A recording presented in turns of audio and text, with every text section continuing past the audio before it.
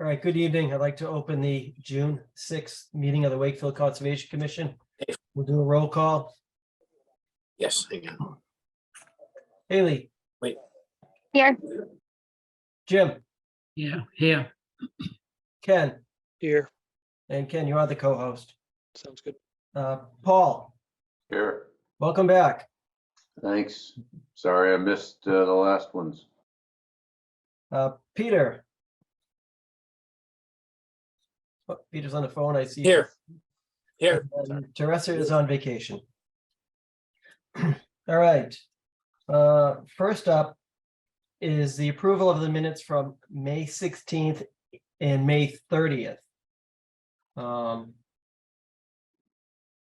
They're in, let's see, does anybody have a motion, would like to make a motion to approve those minutes? I'll make the motion. Is there a second? Did we get the 30th? Because I think when Judy sent it, it was, We got the both of them 30th, were the other one. Yeah, We we got got the the 30th. 16th and the 30th, not the 23rd. correct. Oh, okay. Is there a second? Yes. Any discussion? All in favor? Haley, Yes. Jim, yes, Ken, Yes. Paul, Yes, on the 16th. I wasn't present on the 30th. okay, Peter,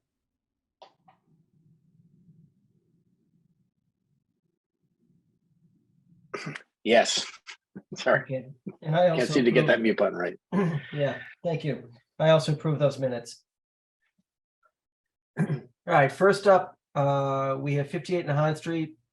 It's a public meeting request for determination of applicability to raise the existing garage, repave the driveway, install new siding, clear vegetation, plant new vegetation, and prune trees within a buffer to BVW. Is the applicant here? Hello, I am representing the applicant. Hello, good evening. Hi, how are you? Good. Good. Yes, so the project here is the house is, the whole property is very run down. And the goal is to basically make it inhabitable again. The house, the siding's all rotted, the garage is falling down. It's in dire need of some tender loving care. And the backyard is also very overgrown. It hasn't really been kept up in probably about 30 years now. So the prior owner has passed and this has been handed down to I believe it's her niece who is now in charge of this renovation. So she would like to, like I said, there is some clearing that is proposed to be done. There aren't going to be any major trees taken down within the buffer zone. And everything that's taken out, she's going to be replanting with, she's really wants to do pollinator friendly species as well as native species. So she's very sensitive to what's being replanted there. Do you have a drawing or anything you could share with us? I do, yes. I think, does somebody have to allow me to share my screen? Yeah, you're good to go. Okay. All right, let's see. Oh, there it is, I see it, okay. Okay, so let me maximize this. All right, so this is the site plan that we've done. And there's, Hey, David, hasn't come up yet. oh, it hasn't come,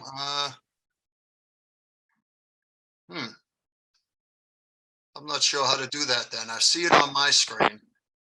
Select it Oh, I see. Okay, and then I choose gotcha. share. Here we go. It's gone. Got it. all right, beautiful. Okay, so if you see on the site plan, there's the hatched area. It's a light gray hatch. There's a lot going on, so I didn't want to make it too much darker. But that's the area that they're looking to clean up, get rid of the overgrown vegetation. And it is just kind of, the edge of it is right along the 50-foot buffer zone. So that's where they're gonna take out the brush, and she wants to do, like I said, perennials and native plantings. Her daughter is actually just graduating as an environmental scientist, so she's pretty excited to start picking some plants to put in there. And I don't know if anybody has seen the site, but I also have another document that has some pictures in the back, if that would be helpful. Yeah, please. I do see, Okay. before you do that, I do see a wall noted on the plan. Yes, That's right in front of that 50-foot buffer. What type of wall is that? it's really just it's kind of a rundown concrete. It's only a few inches high. Okay, It's really kind of a demarcation wall. It's not a retaining wall. You know, if anything, it's a 6 inches high maybe. okay. So, and if I wanted, let's see, I'm not too adept at sharing documents Yeah, here. so just select the other photo or image that you want to share, and then Okay, so I'm gonna drop this down. I have the docs as well if you want me to do it. Please bear with me here. I have a lot of windows open now and I can't find the right one.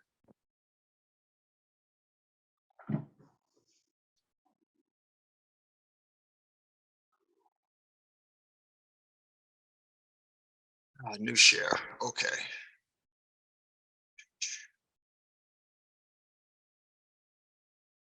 Can anybody see that? yes. Okay. So let's see.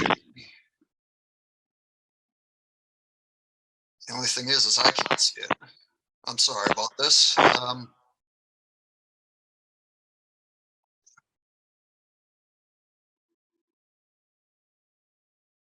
me see if I can get this to full screen mode here.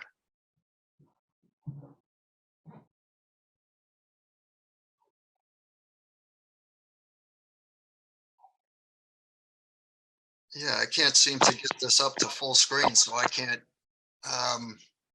Well, let's see if this works. Oh, there it is. Okay. All right. So I'm able to scroll through there. So this first page here is existing conditions photographs. This is the front of the house. This is the first one.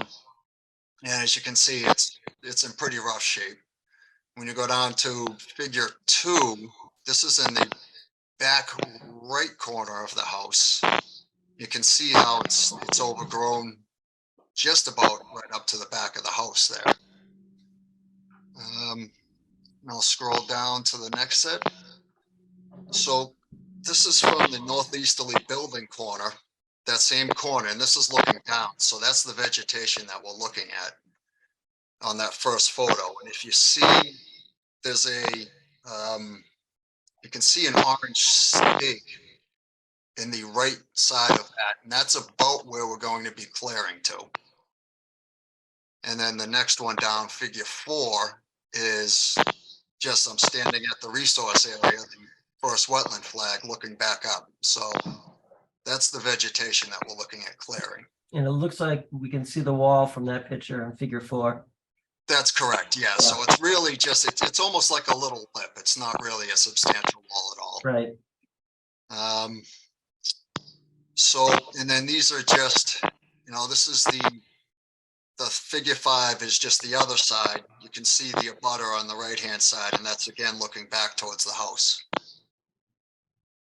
So that's really the existing conditions here, and they just wanted to clean that up to that wall and just make it a usable space.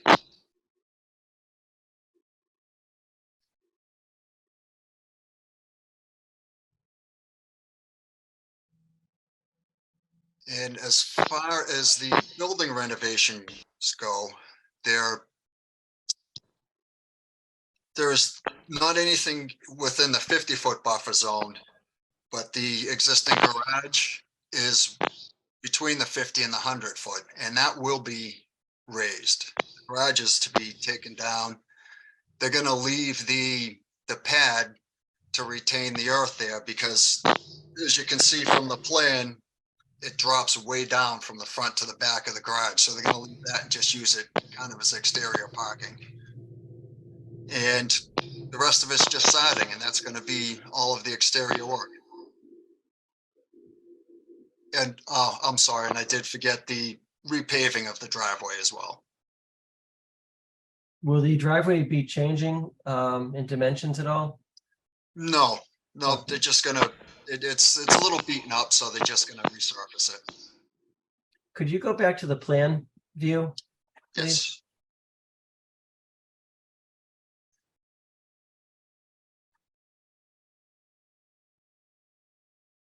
All right, Thank you. yep. Now, let me zoom up a little bit. That's perfect. Yep.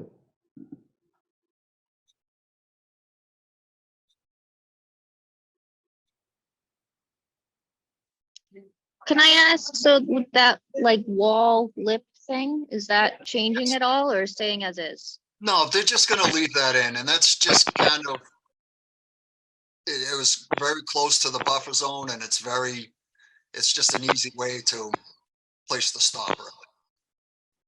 She doesn't want to go too far and too crazy in towards the resource area, so we just decided that was a good place, and everybody can see exactly where it is.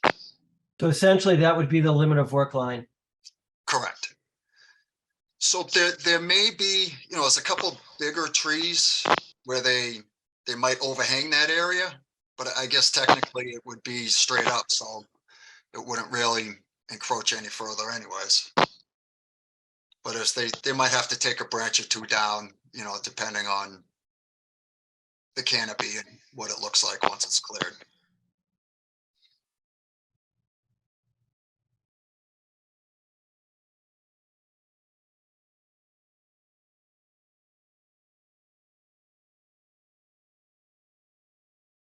So it's gently sloping from that wall back.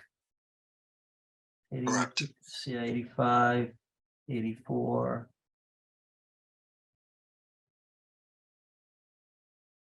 Okay. Mhm. Any additional questions from the commission?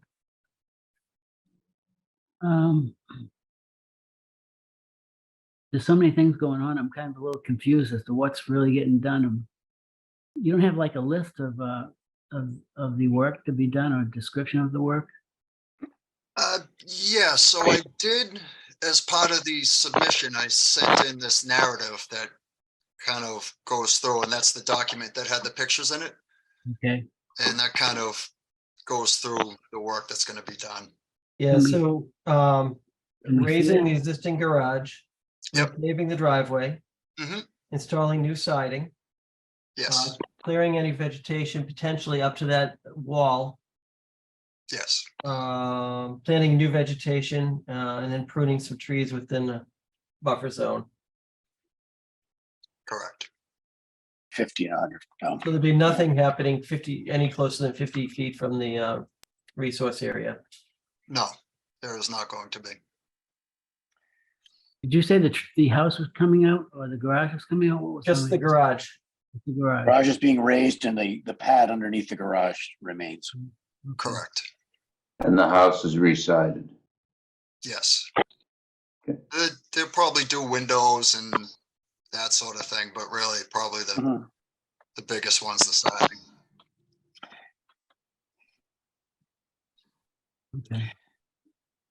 Bob, can we just review the standard really quick? I always like to just talk about the rule. What is it that we would have to, conclude to give a, determination of non-applicability? Yeah, so the easiest way to think about it is, could there or would there be any alteration to the resource area with this project? In simplest terms, that's the way to think about it. And my thought is, with nothing happening within 50 feet, and the fact that it is gently sloping, and there's that small wall, there's really not much opportunity for anything to happen, to the resource area. There's no loss of canopy within 50 feet.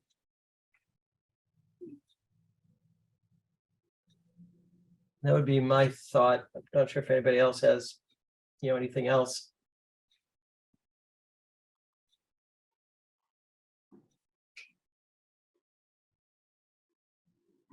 So if I may, one thing that I would like to point out is, in my opinion, it is probably going to be an improvement on the buffer zone because it's all just really overgrown trees and, little scrub trees and saplings. And she's Mhm. looking to put native and pollinator friendly species. So Are there invasive species there that would be removed? Do you know? I'm not sure about invasive species. Okay. David, what is the story with this drainage pipe or drainage canal? What is that all about? So that I believe I haven't found the origin of it, but I believe it was a culvert that runs under Nahat Road and it outlets into there. It's just street drainage, I believe so. so it's not running all year round. Or I don't think so. It was there with it had water in it when I was there, but it was, pretty wet time of the year. yep.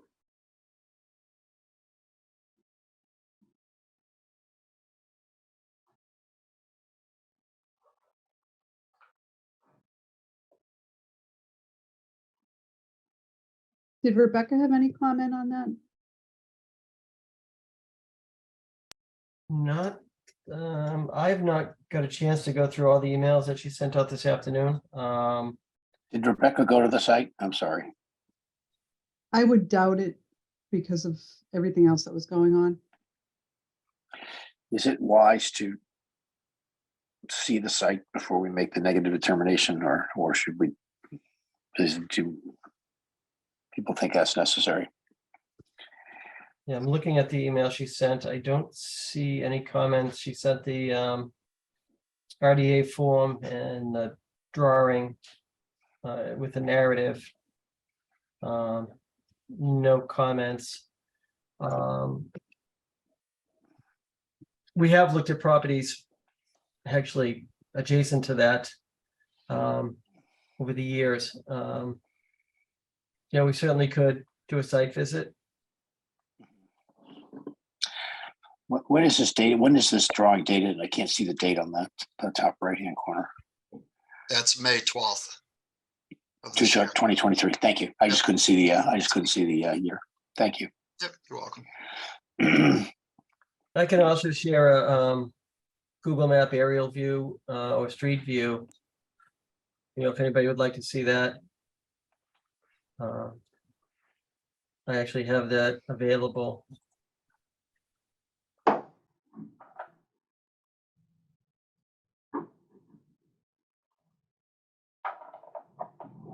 Will there be a planting plan or some kind of collaboration with Rebecca, direction from Rebecca as to species and locations to plant?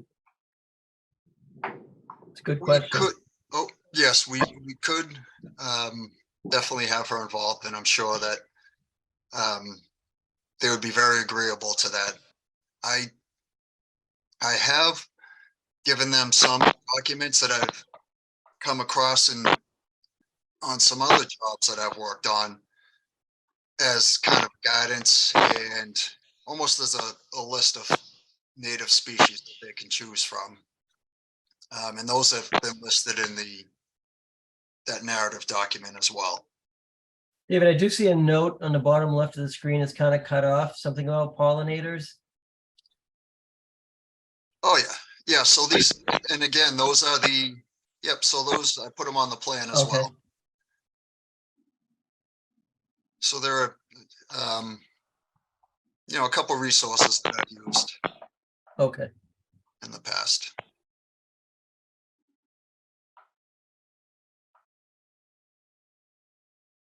Is the house currently occupied? No, it's not.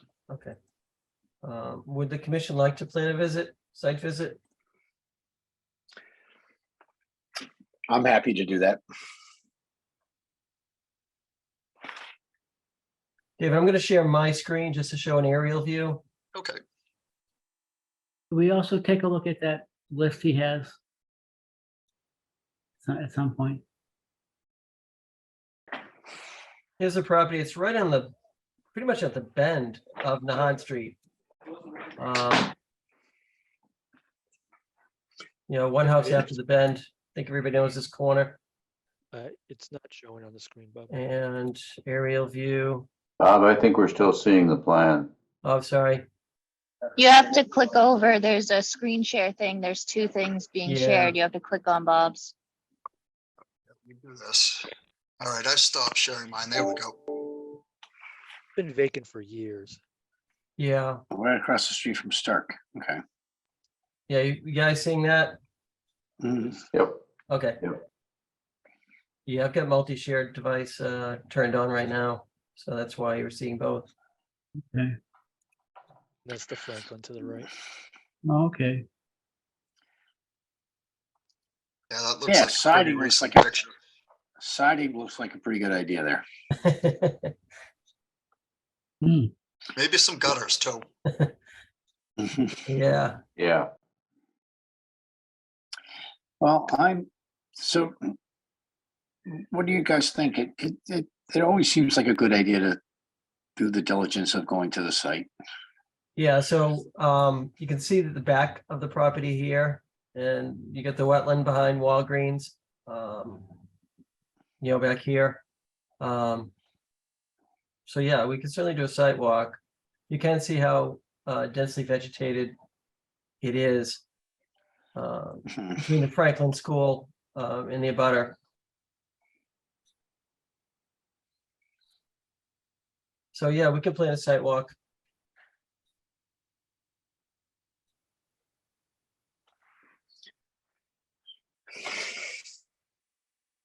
Any suggestions? I will not be around this weekend. Could do it during a weeknight. Thursday? Thursday would work for me. I'm available Thursday. That works for me. What time? Peter, what time could you be there on Thursday? We see on Thursday. I probably could be there whenever you need me, whenever it is. I will probably work from home. You're talking in 2 days, right? Correct. The 8th. Yes, my schedule looks like I'll be working from home and can come over anytime. 6 o'clock work? Yep, that would work for me. What time? 6 o'clock Thursday? Does that work Okay. for anybody Yeah. else, everybody else? Haley, Paul, Ken? Yes. Yep. That works. for me. Yes. I can Okay. be there as well. All right, excellent, David. All right, so we will see you Thursday night, this Thursday at 6 p.m. 58 now. Is there a recommended place to park? That is not an easy street to be parking on. I'm just curious whether you have any thoughts. Stark Ave, side of Stark is a Oh, option. Stark. Yep, That's where I you're right. parked when I did the job, so. Perfect. Thank you. I appreciate you saying that. I would have driven right by and wondered what to do. So now I know. Yeah, either Stark, Birch Hill or Stark, either one.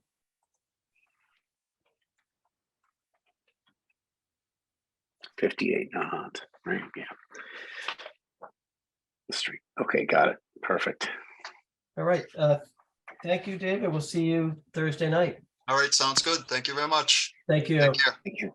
All right, bye.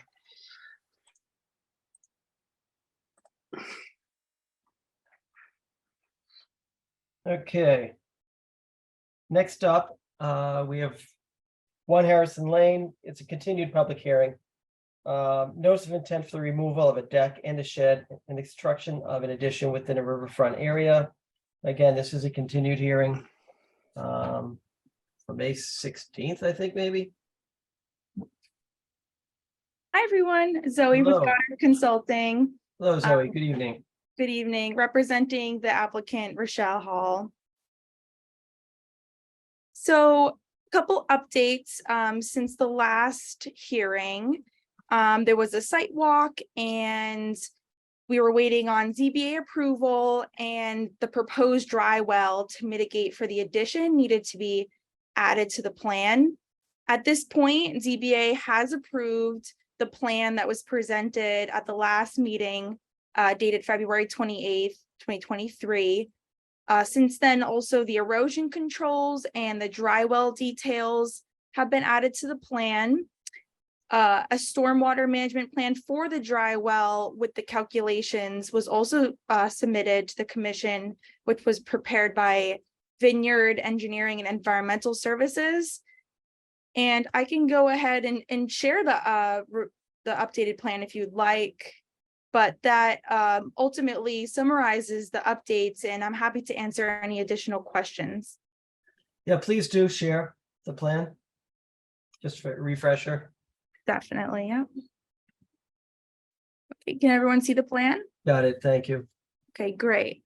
So just as a brief reminder, the applicant proposed to remove the existing deck and shed in this location over here with an addition. And this is that detail with the dry well added, the erosion control right along here. And then there's some more details for here.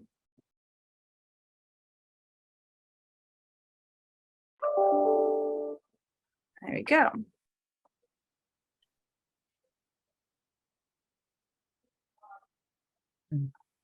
And then this is the stormwater management plan that was also submitted.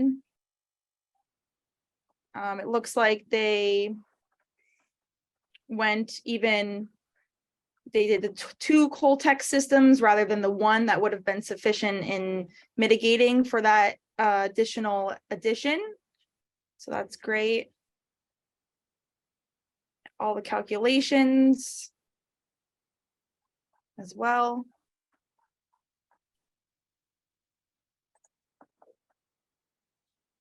So could you scroll back to the note where it was talking about the Caltech chambers and the storm events? Yeah. This was just my own personal highlights. Okay, yeah, exactly where I was hoping you'd stop. Thank you. Sure.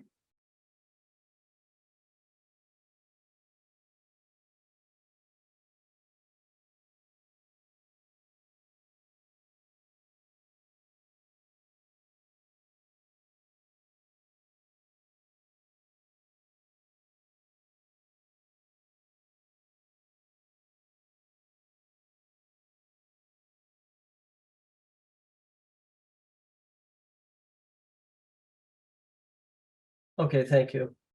No problem. Yeah, so that pretty much summarizes. Was there any questions? The test pits. How deep was water hit?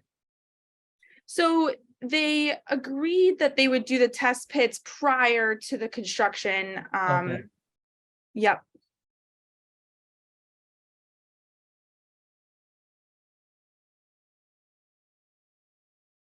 Are you confident you've got enough clearance between groundwater and to get the Caltech chambers in? Yeah, given the slope of the lawn and the distance away from the river, which is across the street on the other side. Of course, when the time comes to do test pits, that will be the telltale all. But I'm confident in this, and I think with these calculations also confirm it by Vineyard Engineering and Environmental Services.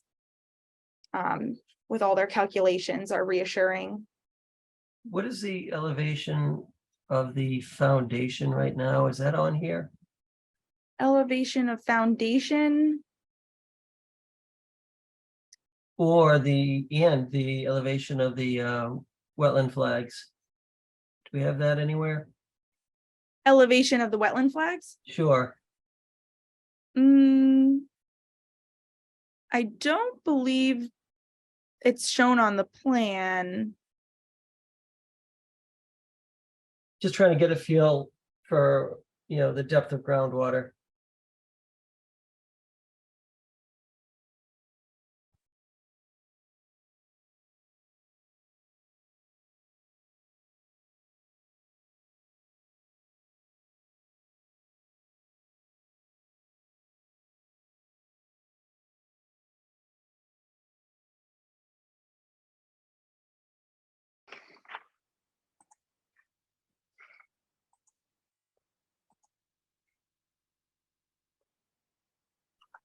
Are there any grades anywhere? I'm not seeing.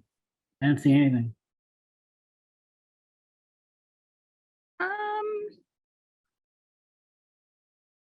Do you have any pictures? Like a side I view? look- there might have been some pictures submitted in the original NOI if my memory serves me correctly. You'd like to see a photo of the front lawn where this drywall will be put in?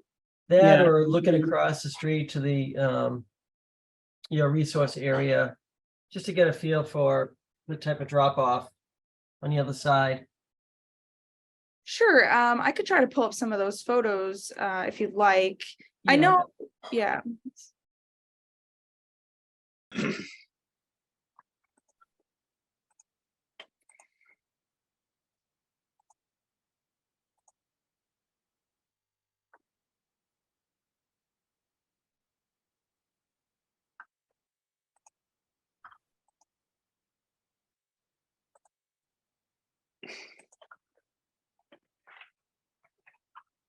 Ken, could you, while Zoe's doing that, could you pull up like a Google Maps of One Harrison Lane? I have the NOI, the original NOI.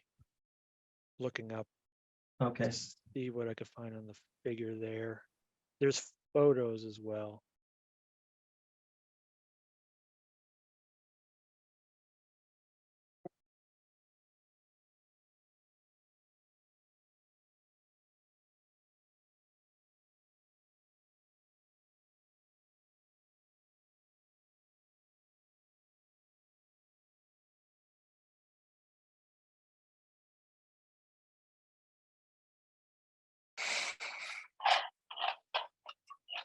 All right, let's see here.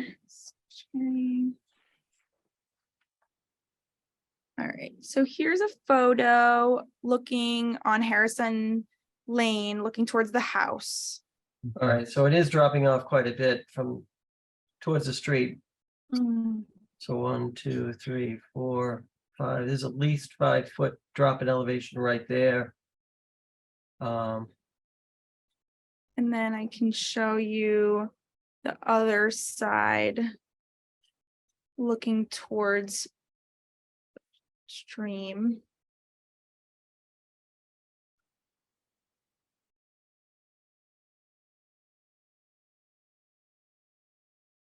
And that's looking across the road. Okay, you're well above Yep. that elevation. Yeah, I don't see any issue with the chambers and hitting groundwater.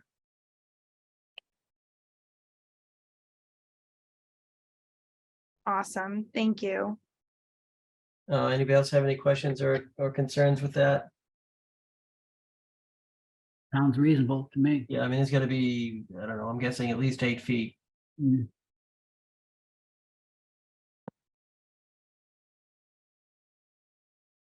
Any other questions or comments on this one? I think we were just waiting really for ZBA clearance, correct? Yep, and that has been approved. Yeah.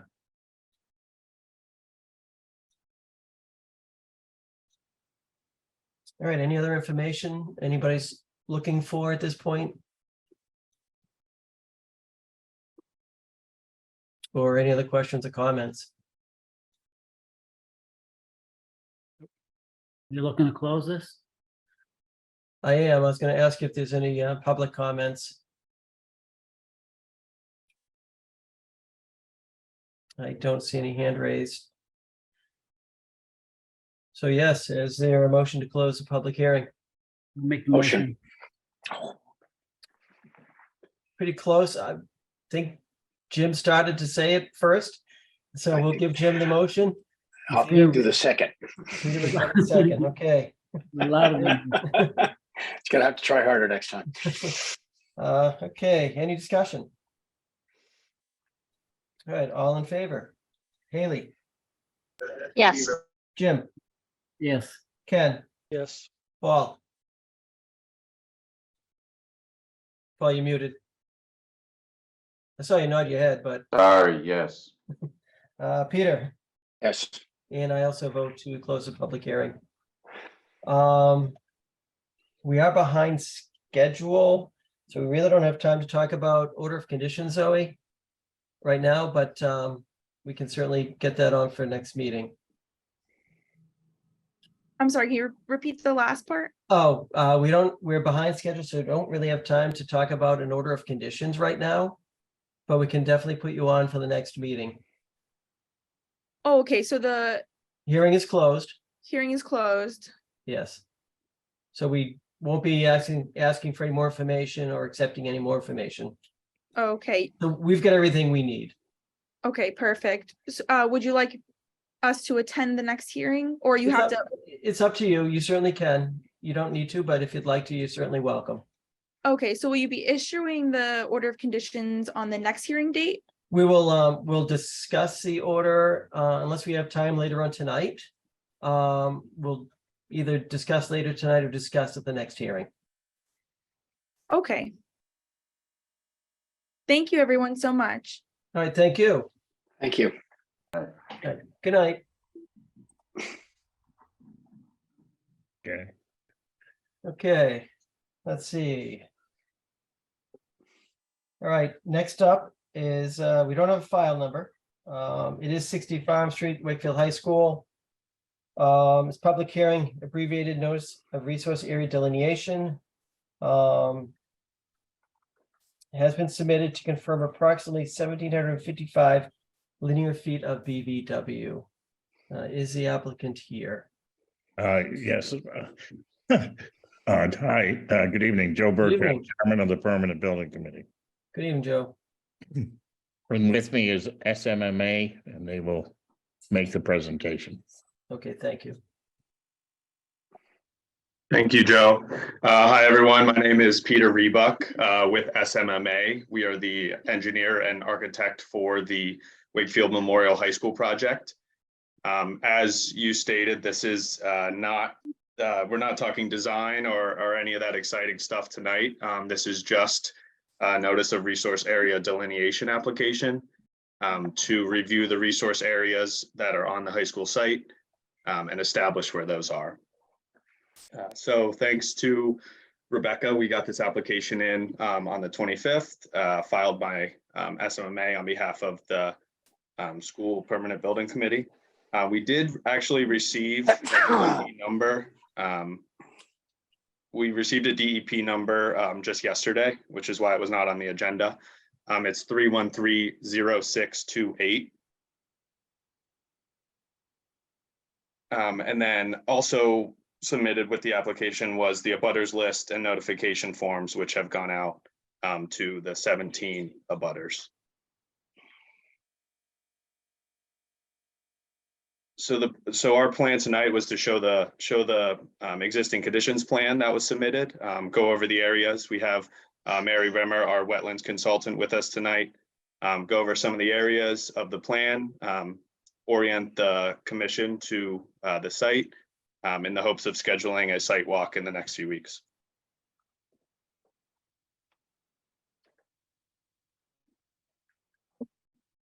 Do I have the ability to share my screen, or do I have to do No, something you do, special? please do. Okay, sure. Great. Okay. I think most of us are very familiar with the site and spent at least 4 years there, hopefully not more, but. That's good to hear. So I could skip the easy parts of at the corner of Farm Street and Hickory. Correct. So this was the plan that was submitted, C001, just one sheet. I colored it a little bit just for the purposes of tonight.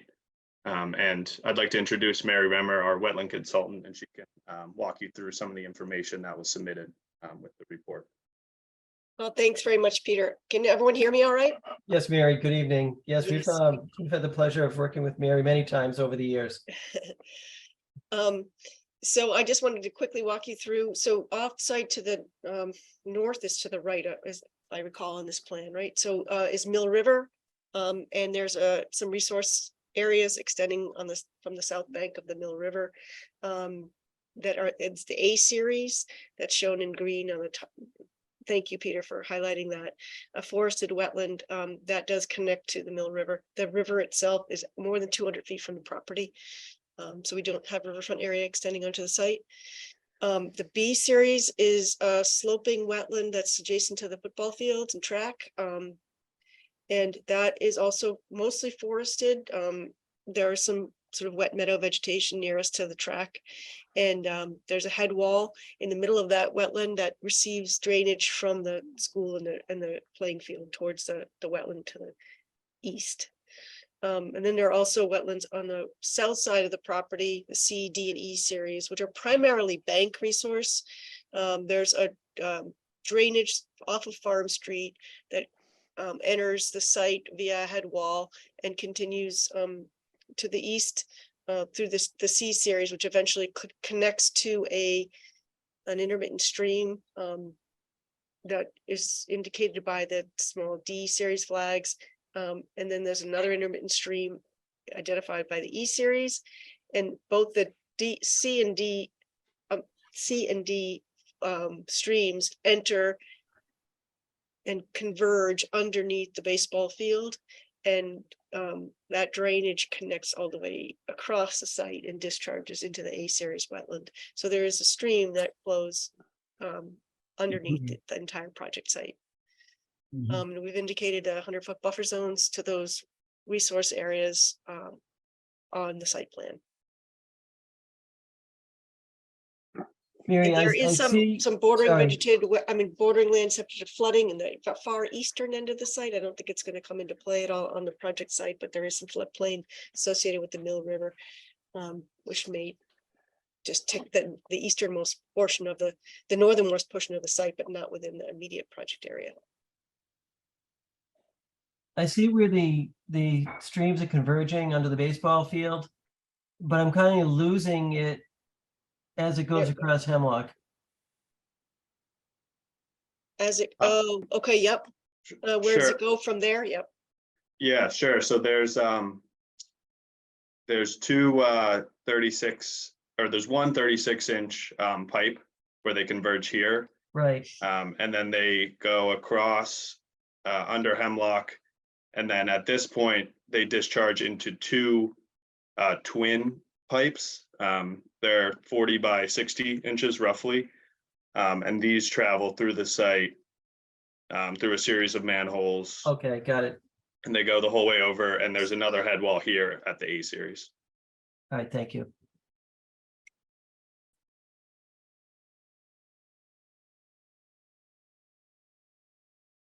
All right, sorry, go ahead, continue, Mary. That pretty much summarizes it. Those are the resources on site. I'm happy to answer any questions if you have any. So the resources you've identified, we have bank, we have BVW. That's really it. Yeah, so the riverfront is off the property? Yes. Okay.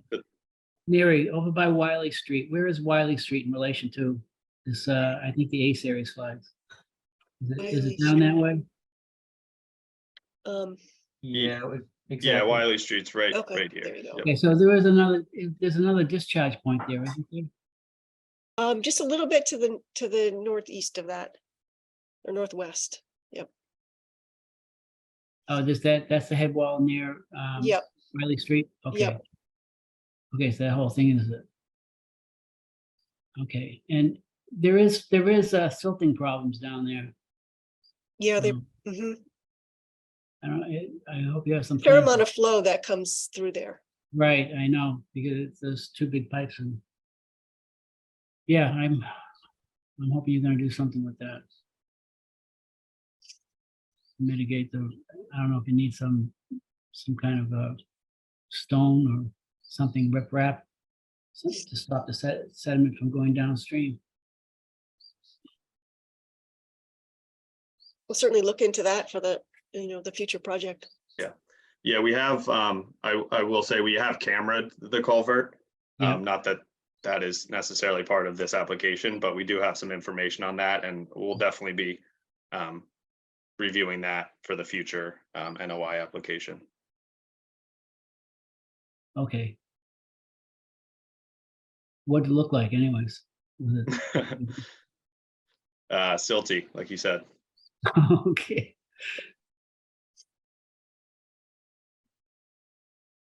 All right. Any other questions regarding this?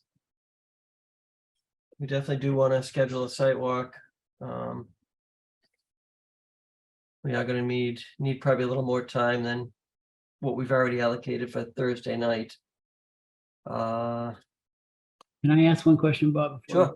Can we go back to that picture again for a minute? Sorry. Yep. Was there another, I'm trying to remember what this looks like, but where you've got the pointer now, isn't there another discharge point somewhere in there? Or not?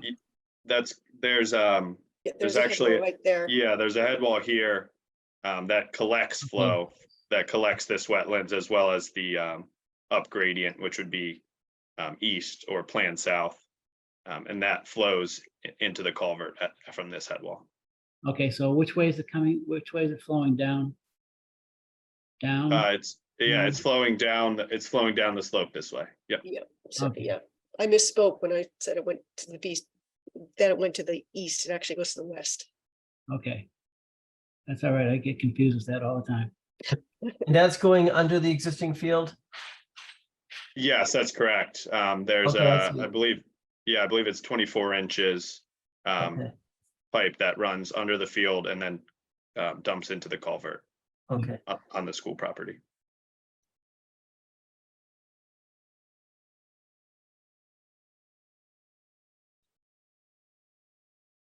Okay. Do these underground streams or these underground things, do those present, technical issues that, for us? I don't know how that, They're technically not a resource area. They have no bank, they have no land underwater. So there's a pipe in there, it is right, it's a stream, so there's water through it, but it doesn't have a buffer zone or anything when you have a culvert of that length. So it is possible to relocate it if necessary.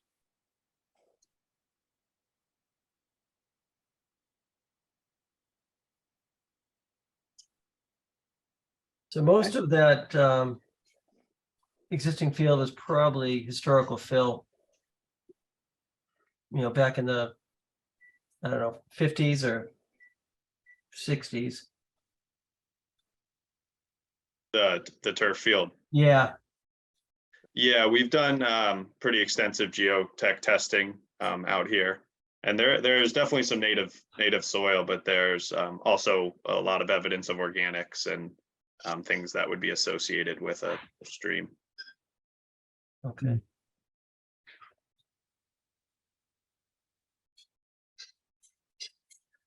All right, any other questions?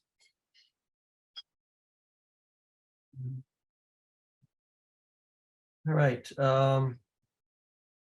when should- would, Bob, Sorry, go oh, ahead. Bob, I just have a quick question is, we had, we have, on several occasions have been using a consultant, and I just didn't know when is the appropriate time to discuss whether that's proved in this situation as well? Yeah, at any point, really. It is probably something we want to consider. And my point would only be if it's the type of situation where we would likely hire one, would it be wise to do it at the beginning rather than when would be the, it seems sooner rather than later would be probably the most efficient way of handling it. Agreed.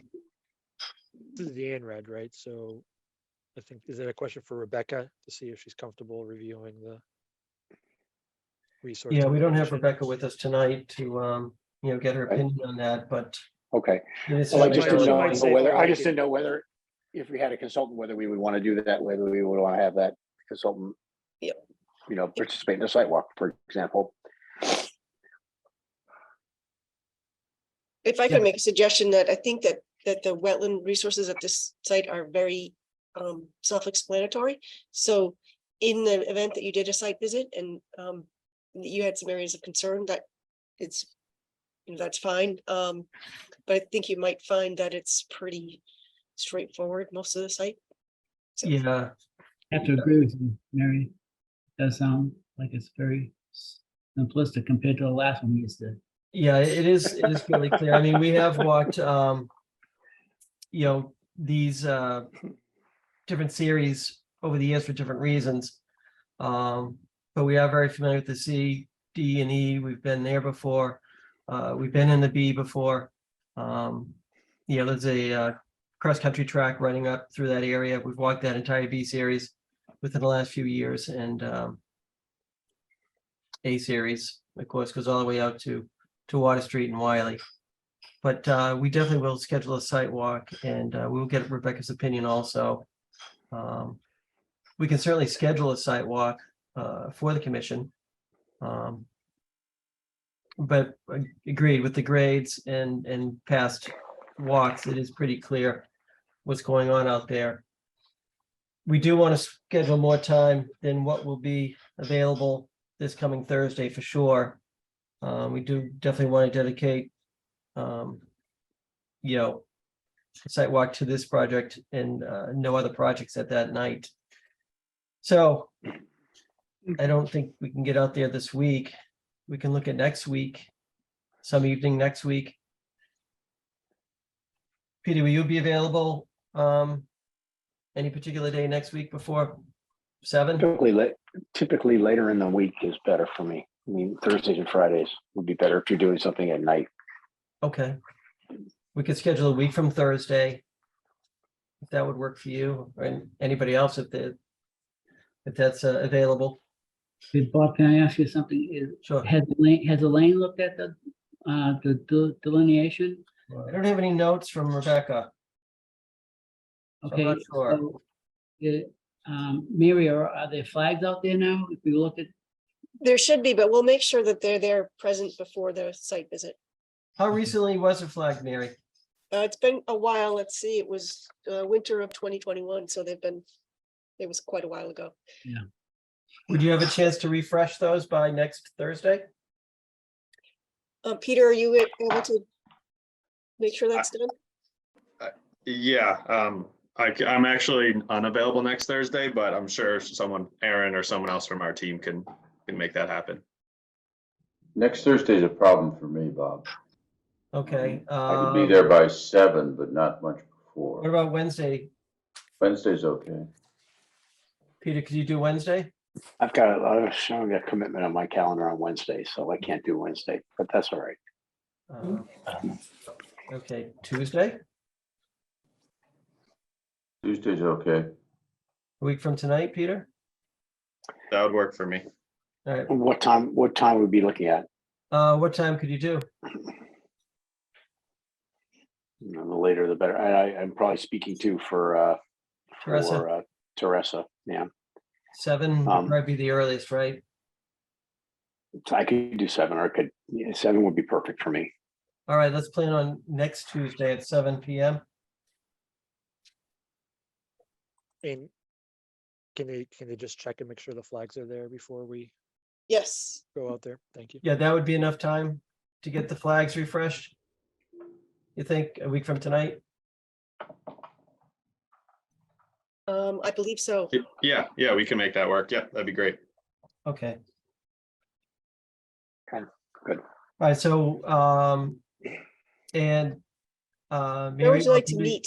who's available for, next Tuesday at 7?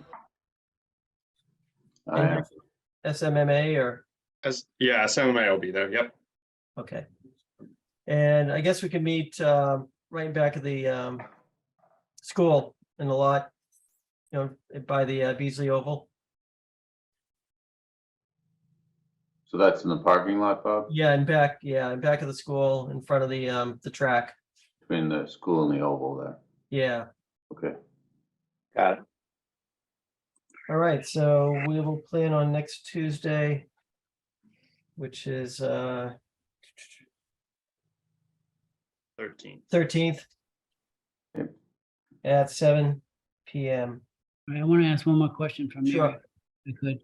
Mary, this B series, right? Is there an inlet and an outlet to this, or is it just an outlet? How is it, what's caused that finger-like projection there? It's just seepage off this side slope there. Okay, that's Yep. just coming from You'll that. see that the wetland, comes up the slope quite a bit there, and there's some groundwater seepage there. Okay. And that, I can't read the drawing. Is that, and I can't point at it either. But is that trail, is that say trail? Yes, that's the cross-country trail. Yep. It's a cross. And what is kind of particular about this shape of this contour 55? Is it just on where it says B? Is that significant to anything? The shape of that thing? It's kind of weird. Yeah. No, I mean, It's just a low spot there. okay. Good enough. That's it. Mhm. Thank you. Bob, so Rebecca would have to go out eventually, or Elaine, to take a look at it as well. It's not just. Yes, her for visit. sure, if they haven't already. And we could see if either one would, want to join us or just go out, earlier. All right, anything else on this before we move on?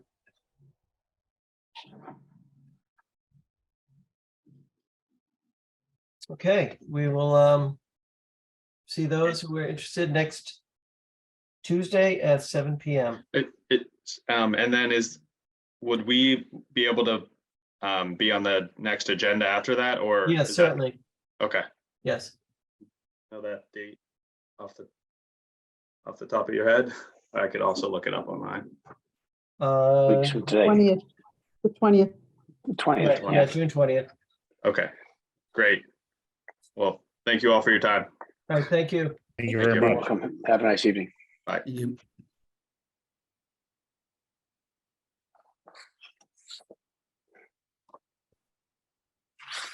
All right, we're actually about 2 minutes ahead of schedule. Do we have, let's see.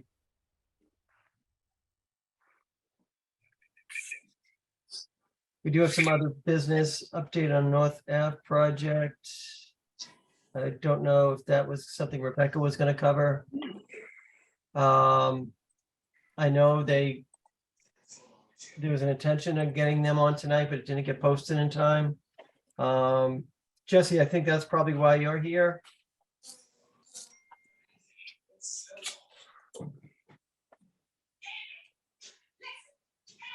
So yeah, North Ave did not make it to the agenda. There was some correspondence going back and forth between the applicant and Rebecca today on that. So we will have that on for the 20th.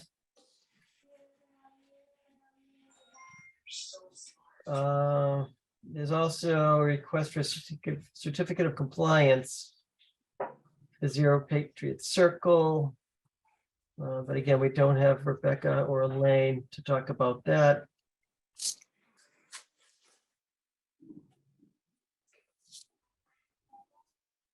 All right, 8 o'clock. It is 8. And we have 46 Woodbriar Road, Jason Skillings. Public meeting request for determination of applicability to install an in-ground pool, patio deck grading and landscaping within the buffer to BVW. Is the applicant here for? Yeah, hello, how you doing? Hi, good evening. Good evening.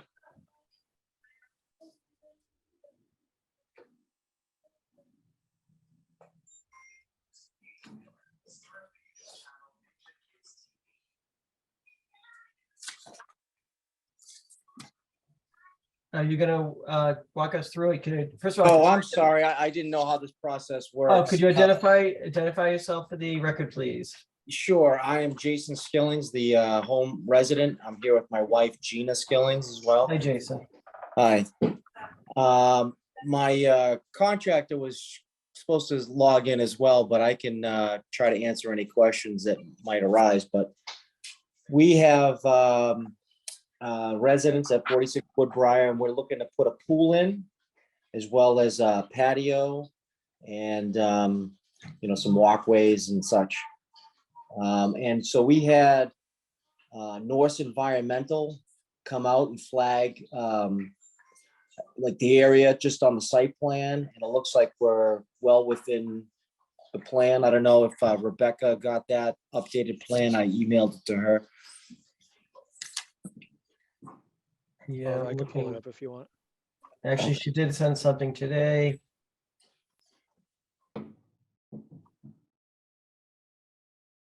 Bob, you want me to pull it up? Yeah, Ken. You want to share that? There it is, coming up. Yep, that's it.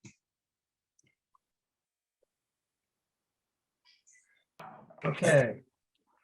Want to kind of walk us through what you're looking to do? Okay, so right now, what we have, as you can see indicated on there, it shows the property line. And then we have a fence in the backyard, which is signified by I believe, the dotted line. So right now, our backyard is just completely all grass. So we need to replace our deck, which you can see in the right-hand corner there. That'll be a 3-season porch, and underneath, yes, and underneath we'll have that patio stone going all the way to the back there. We're gonna put a slider underneath. And then that pool that you see will be installed, as well as the decking all around it. And then there'll be a walkway that will go from that all the way to the driveway. So all that is all non-existing as it is right now. What type of fence is there right now? 6-foot chain link fence Okay. that goes around. Yep. And it have looks you- like, Sorry, go ahead. so my yard, I don't know if you're familiar with Woodbriar Road, Magnolia, but it slopes down, I would say about 8 feet in the back from where the fence line is. So he's got looks like he's labeled it a erosion control wattle. It's a 12-inch, so that's the inside perimeter of that fencing there. Yeah, exactly. Yes. And then the front side, left and right side of the house, we have a 6-foot white panel fence. And then the rest is all chain link. Looks like once they start digging, their plan was to put the soil to the circle. Yeah. And yep, and then all material storage will be in that square to the right.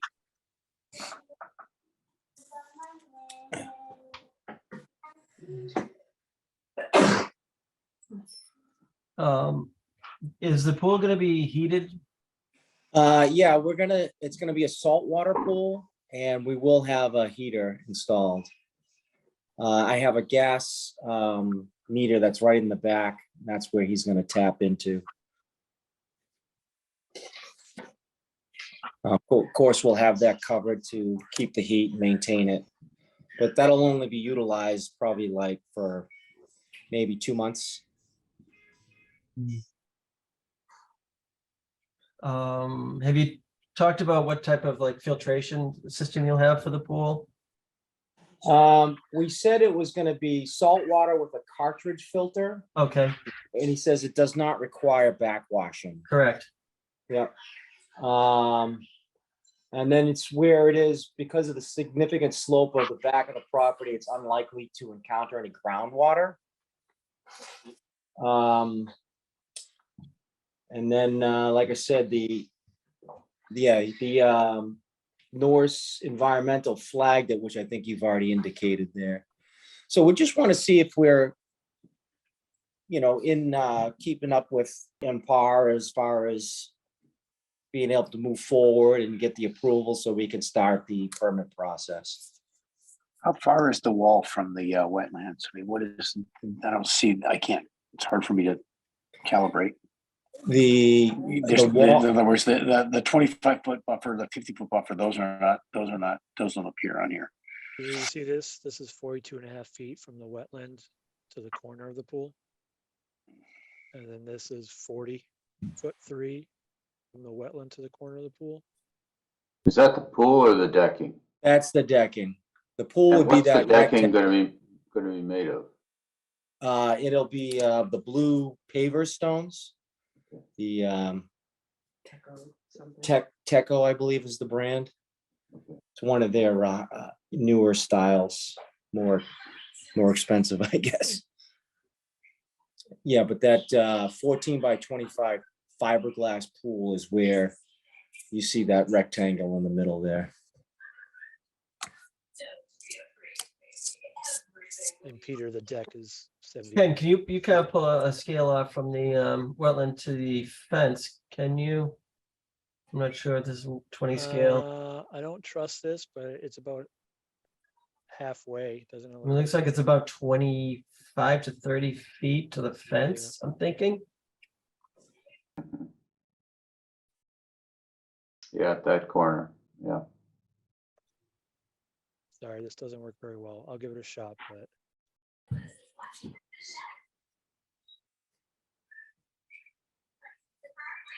Hey, just almost 25. Actually, the fence is just below that. Sorry, a little further south. There you go. There's a fence. Yep. So about 27 feet. 27 for both. Are there any trees that need to be taken down? No, I mean, I do have one tree that I was going to have taken down, but it was taken down by the storm. So right now it's just half of a dead tree, and that would be in that right corner where it says lawn. And it's standing. So I think the last time I talked to, I forget, someone from conservation came out, they said if I just cut it down and let it fall into the wetland area, it would create a natural habitat. But you tell me. So that's The right- outside the fence right now? Oh yeah, it's outside the fence line. Okay. There's But no that's the work only tree. proposed outside. So once this project's completed, is there gonna be any trees that are an issue as far as leaves getting into the pool? No. That type No. of thing? Or you're gonna be happy with trees that are there? Yeah, I mean, it provides pretty good shade. Actually, if anything, the trees, they come right, like the branches come right to like where the fence line is. So they're actually set back on that slope. Yep. Yeah. The only concern I have about the pool is being a saltwater pool. If for some reason you had to drain it. Downhill into the Yeah, wetland. you'd be running salt water into the wetland, Hmm. which would not be good. Of course, it would probably destroy your lawn on the way. Right. I'm not sure how you would handle a situation where you would have to, drain it. Well, would be our first pool, so I'm not sure. I mean, as far as draining it, wouldn't that be a company that comes in and Pumps it out. yeah, pumps it out? That's what I would do. Yeah, I I would mean, never- with a freshwater pool, what people would do is let they would have chlorine in a freshwater pool, and they would let the chlorine dissipate to a negligible level, and then they would drain down the pool, and there wouldn't be any issues. But with salt water pool, I'm not quite sure how that would be done, short of, to your point, pumping it out. Yeah. I mean, I'm not opposed to pumping it. The only reason we like the salt water was because obviously not dealing with chemicals. Right. So we felt that was a better option just for, as far as comfortable, being in the pool. Yeah, it's less maintenance. Yeah, so that's why we were doing that. But if I ever had to, I would never pump into the wetlands. Obviously, it would be pumped out by a truck. Yeah. How many gallons is that going to be? Do you know? Is that like 20,000 gallons or? I don't know if it says that. It says 14 by 25 foot pool, but I don't know. We could figure out the cubic. I'm not Pretty sure how much water that holds.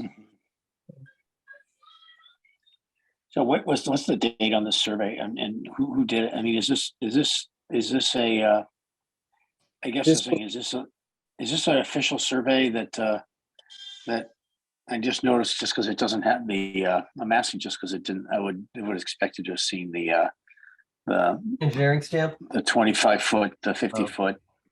It is- Um, So it's- This was an updated site plan that was done by the Chico Landscape and Irrigation, but I guess what it was flagged was by Norse Environmental.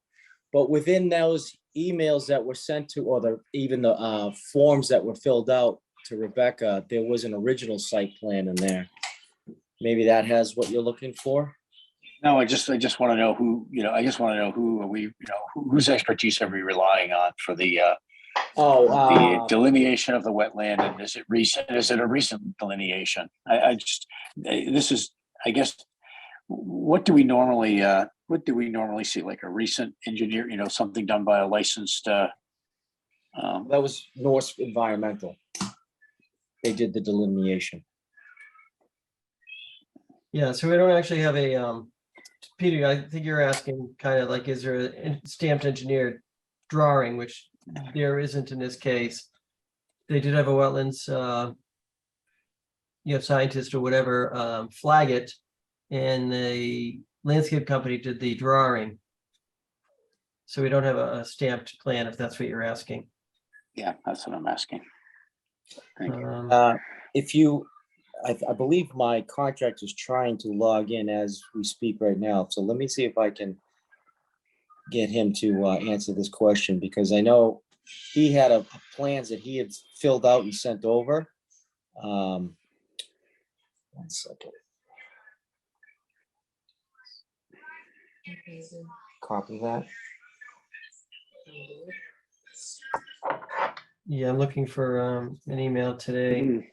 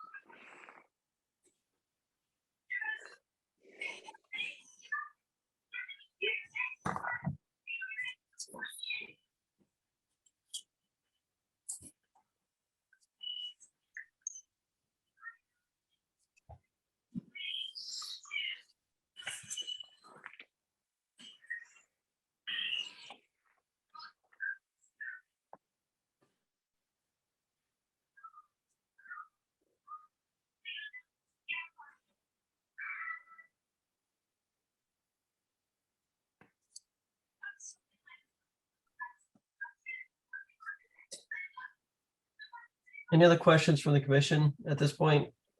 I don't. My only question would be, I guess, what steps we would need to do just to make sure we are keeping pace with everything. Yeah, so we need to decide, essentially this is a request for a determination of Okay. applicability, so we need to decide, yes or no on the determination essentially. So the commission needs to determine that right now, or schedule a site visit. Okay. Does the commission have any questions? Do we want to add this to Thursday's Put a site walk, picture- Could you put that picture back up again, or is it? the drawing? I think that makes sense to add it on Thursday. Yeah, I again. think it's that.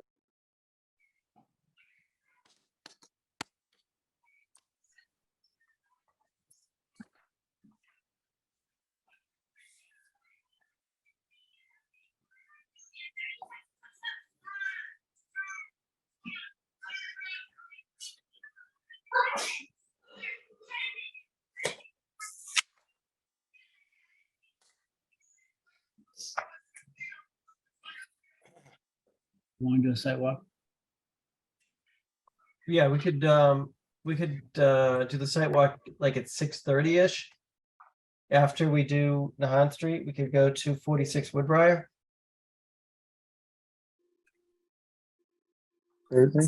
Jason, could we come by Thursday night just to take a quick look?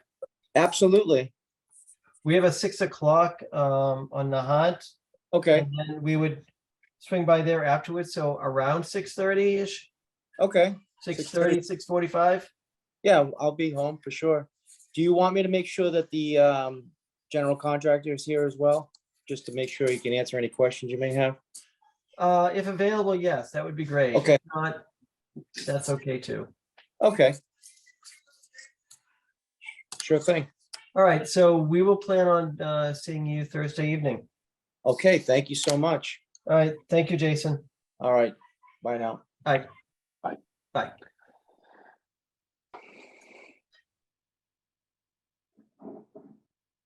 All right.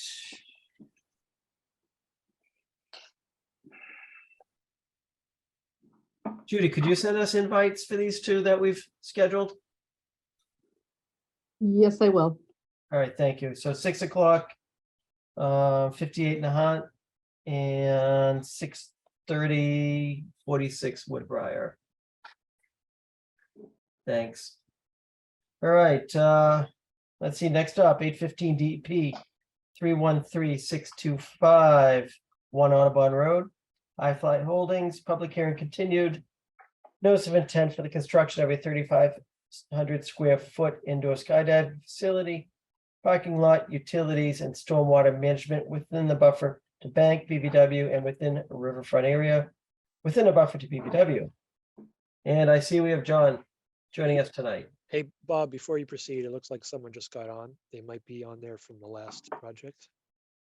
Oh, Stephen. Stephen DeChico, did you just join for Woodbriar Road?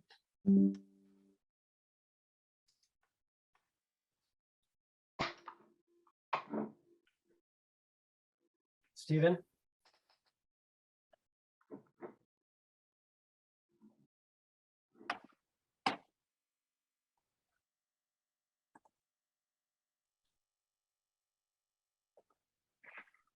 Stephen, can you hear me?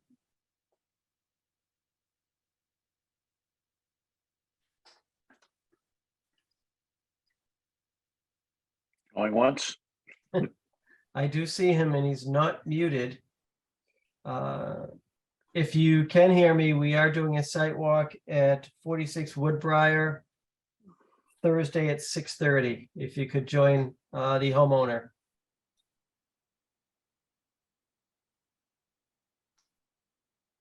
Okay, he must be having audio or technical difficulties. All right, John, let's move ahead with you. Hi, good evening, John Ogren, Hayes Engineering. This is for I-5 1 Audubon Road. I believe at the last hearing, there was kind of 3 outstanding items that we needed to address. I did send a revised plan to Rebecca. It was today. I'd sent it to her earlier, about a week ago. I was hoping to get her input from, you know, on the plantings that were proposed in the restoration area, but I never heard back to her. So I want to at least get it in front of the commission tonight. If I might share my screen. Yeah, please do, John. Yeah, she did send it at 3:04 today. This is the first time seeing it.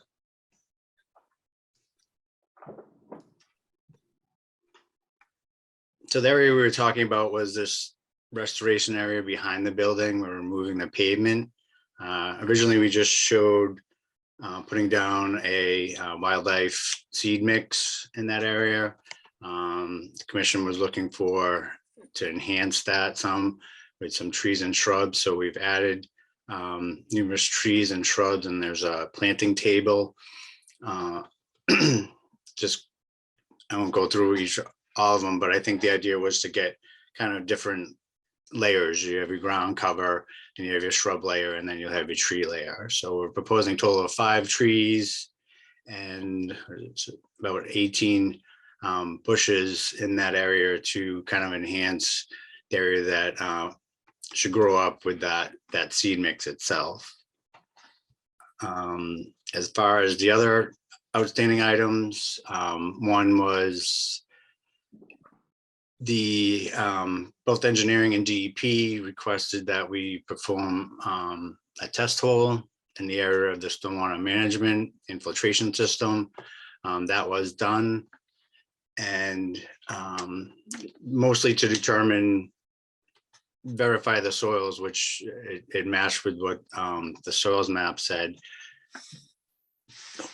but also to establish the estimated seasonal high groundwater, which we did. And I should note that Bill Renault was able, from engineering, was able to go out there, and he observed the hole when we were out there.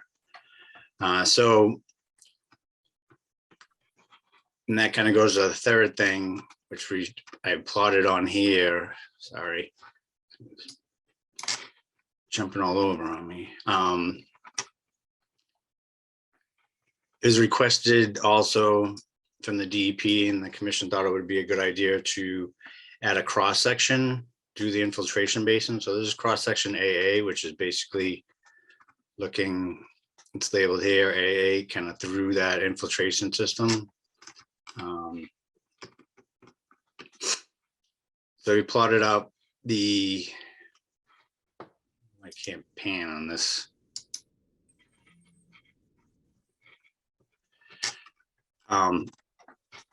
So this is a cross section kind of from the proposed curbing and proposed parking through the infiltration basin, and then tying back into the existing grade, and then the river would be down here.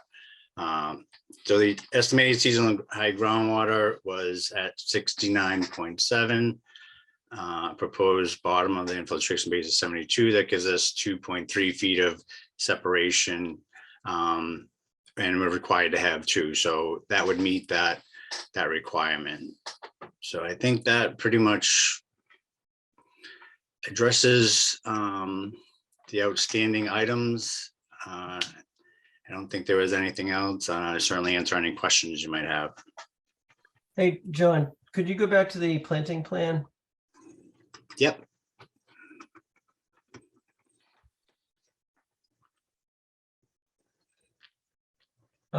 So are there like any wildlife food sources or good pollinator type, plants being suggested? I'm not as good at planning. Elizabeth actually from our office put together this, Okay, but as far as like, blackberry is a food source. I know hazelnut is, Yeah. serviceberry is also another. Birds like to eat those berries. So yeah, there is some of that was added into those plantings. and they're all blossoming or blooming type shrubs or trees too, so they should all, provide pollination opportunities. Right, yes, yeah. All the shrubs. Obviously, if it has berries, then there's some, Right, flowering that's involved. yeah, all the shrubs would fall into that category.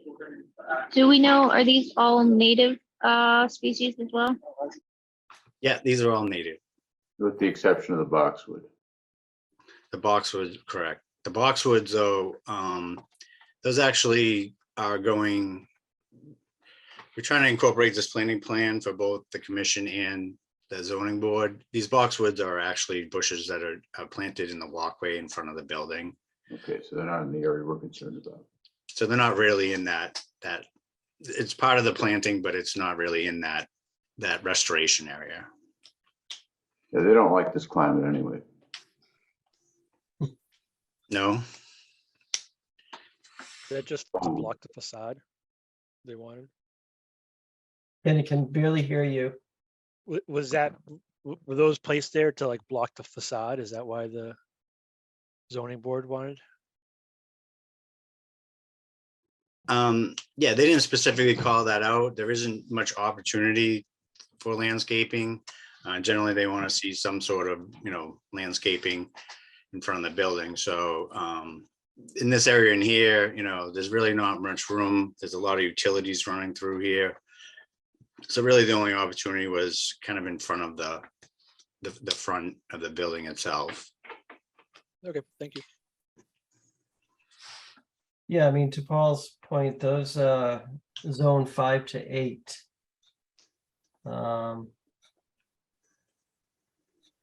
They'll grow then. Yeah, I think if they're trimmed, you can keep them fairly short. Yeah.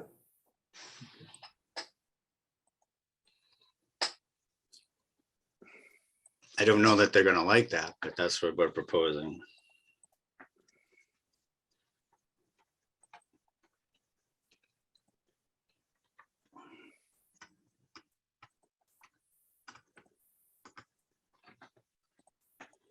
Hey, Bob, you're muted right now. Are you talking?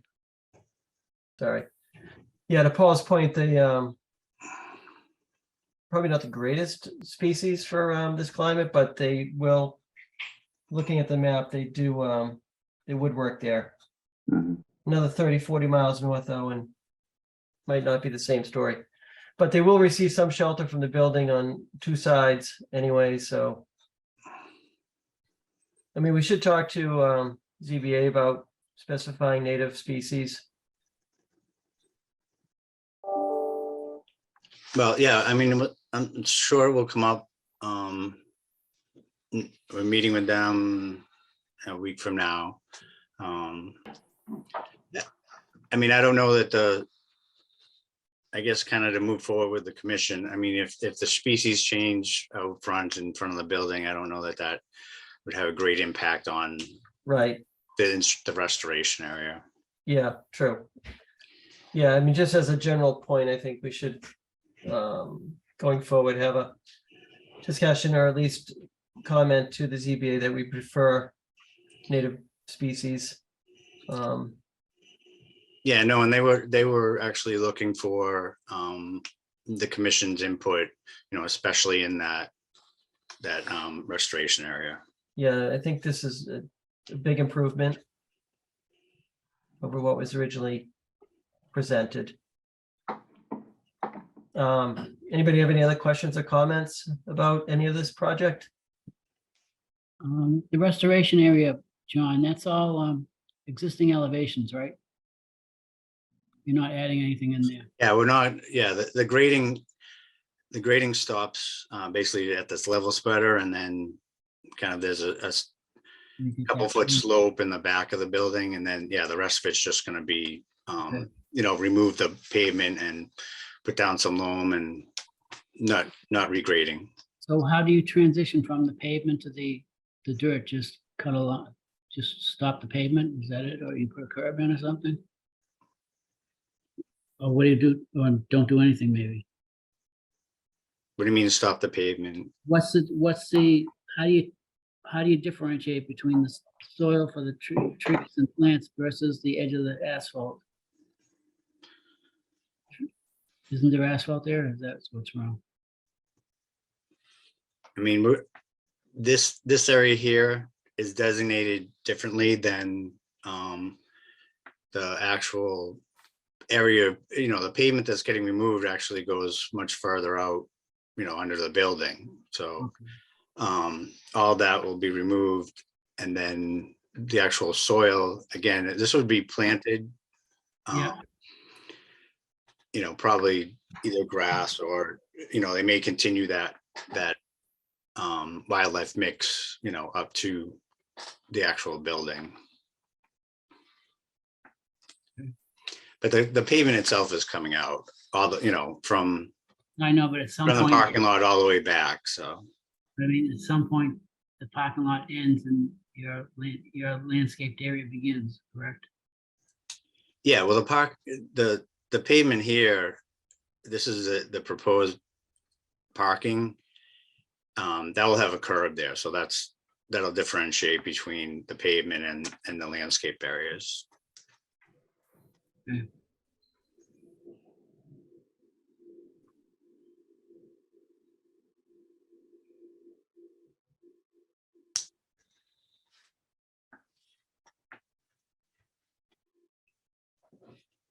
Is there a maintenance plan for the spillway or any of the other structures?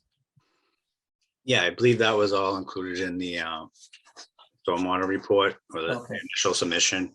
Yeah, there would be one for the infiltration basin the catch basin, and then we also have a Barracuda water quality, which is like a storm scepter. Those three components would be included in the original notice of intent. Okay.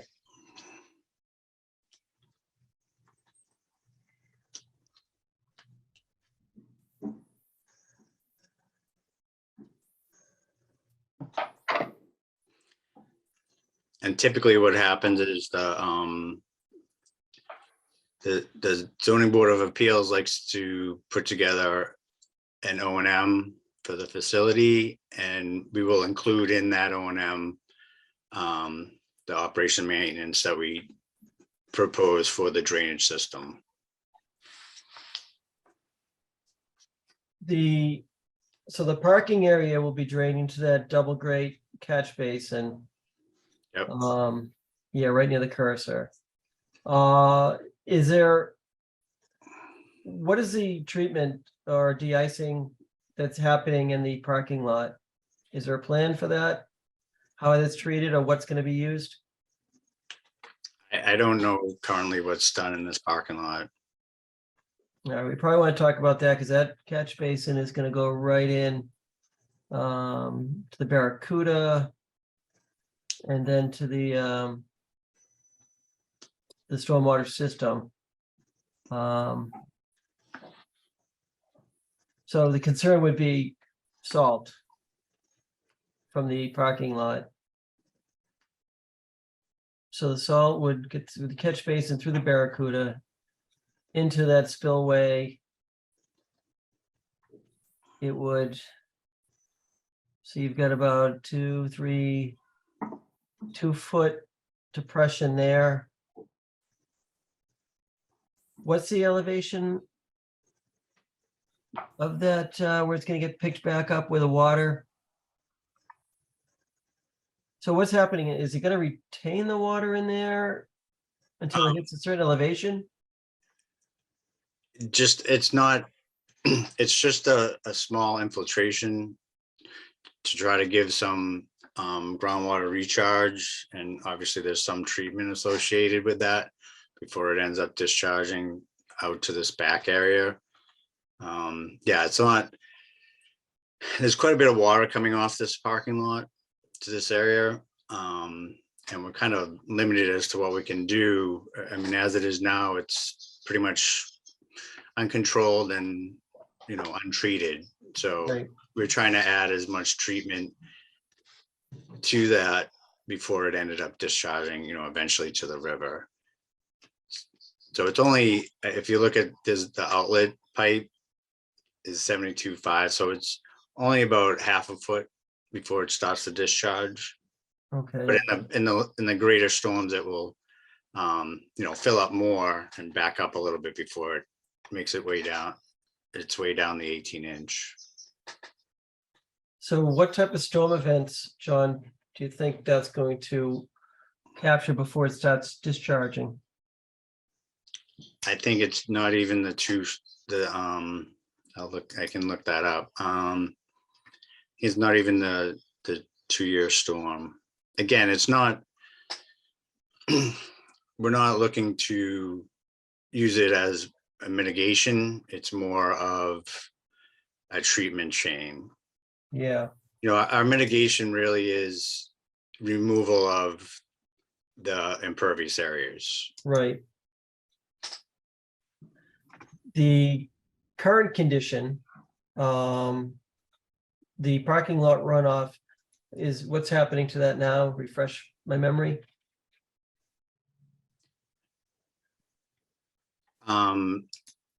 Now it just runs off. Yeah, let me bring up the existing.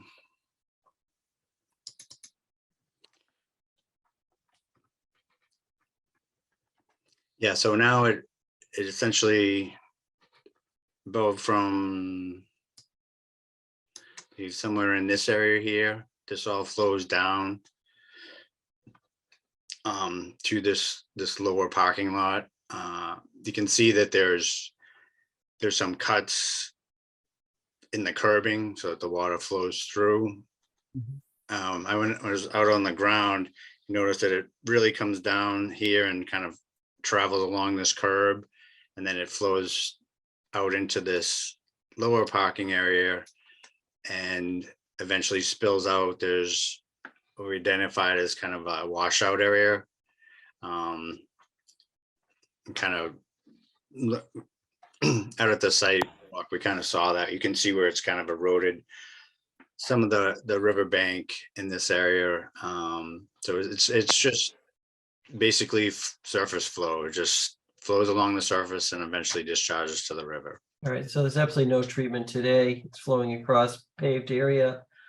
And then pretty much right into the river. Correct. And that's why we thought, introducing the catch basin and the barracuda and the infiltration would give us a good treatment chain before it discharged.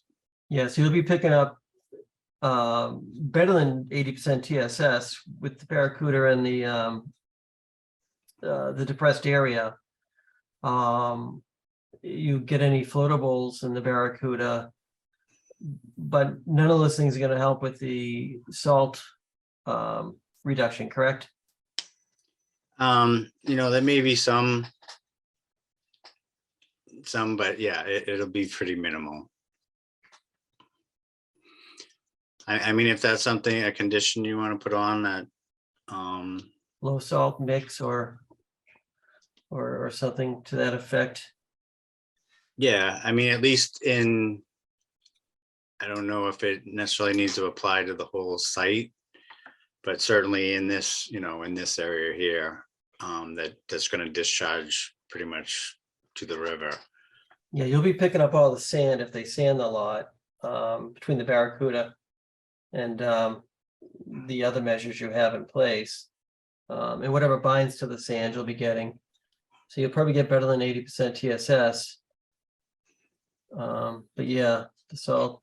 I mean, I think there's going to be some, we didn't necessarily design it or model it this way, but once it discharges to, out into this area here, Right. it is a fairly flat area. So, it may start to kind of spread out through this area before it finally discharges out to the river.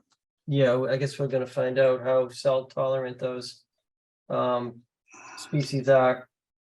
But we should put a condition in, low salt or something to that effect in that lot, knowing that it's going to get over there.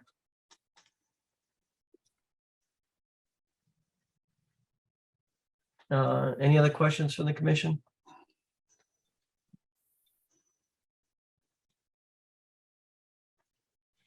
John, in any of the projects that you've worked on, have you come up with anything to kind of mitigate for salt removal?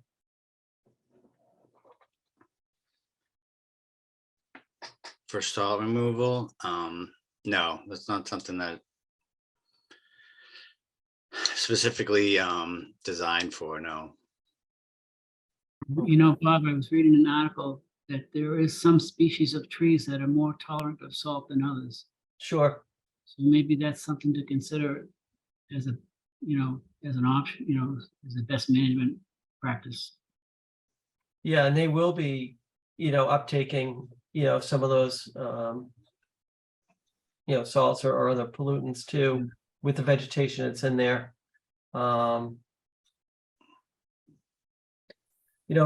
Maybe, I don't know if Libby's done any work, looking into that type of stuff also.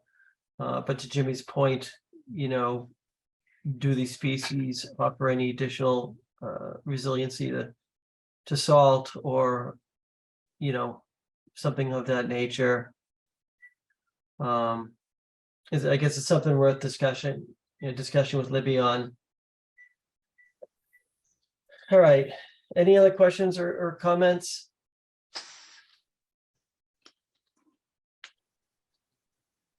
Anything else the commission's looking for?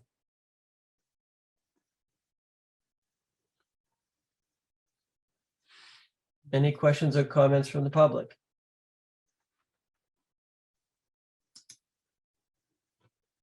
Would somebody like to make a motion to close the public hearing? Um, How are you gonna address the salt? I think we want to specify a condition, either low salt or no salt in that side of the lot. It's gonna be hard to say salt one side and not the other, but maybe we say, Well, the other side gets water too. Where John was pointing that, like he says, there's those cuts in the curbing, but that's gonna go on the other corner of the house, of the building as well. So you've got water coming in on both sides to that main area that you're vegetating. yeah, it's part of the parking lot flows, it doesn't all flow towards that, the new building, John, right? Some of it's going a different direction, I think it is flowing towards the building. Yeah, the it entire does. lot. Yes, it flows in the other direction. The entire parking lot does not flow down to Right, that some area. goes back towards the building, right? Yep. Um, And you have no idea what their current policy on salt is? No, That would be useful information if we're gonna impose a condition to at least understand what it is they're doing now.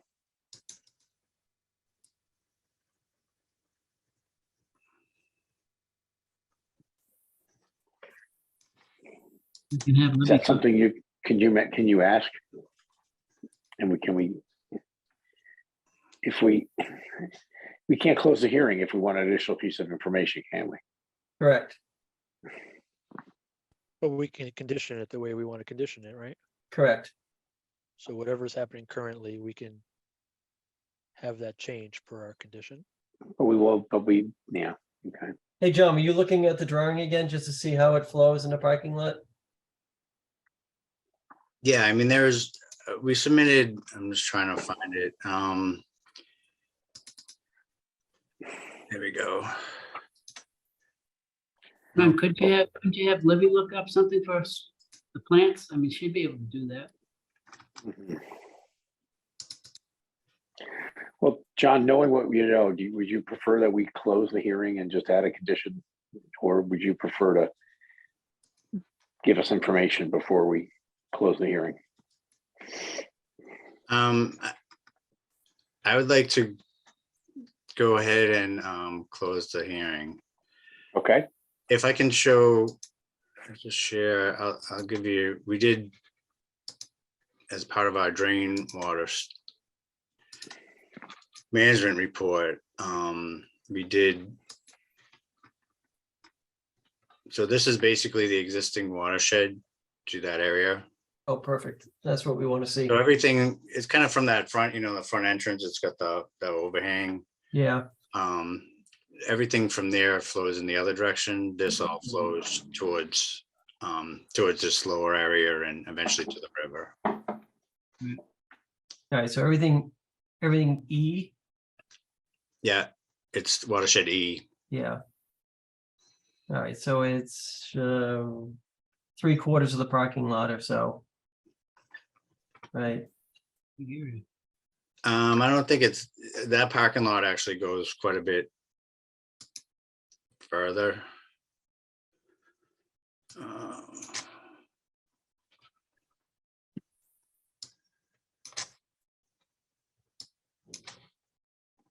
I can't find it now.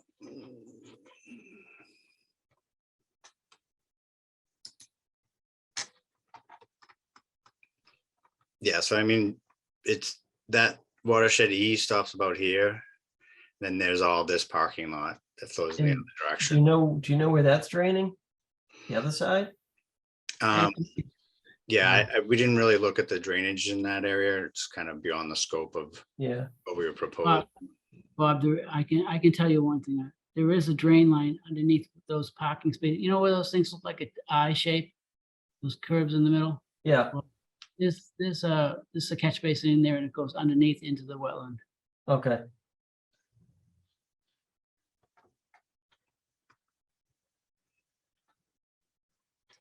Yeah, I know there's some drainage out in this area when I was out there. And the drain manhole.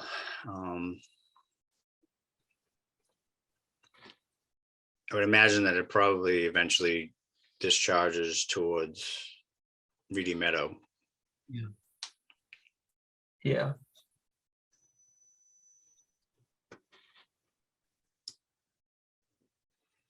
Yeah, we'll definitely want to add a condition to, specify a low salt mix.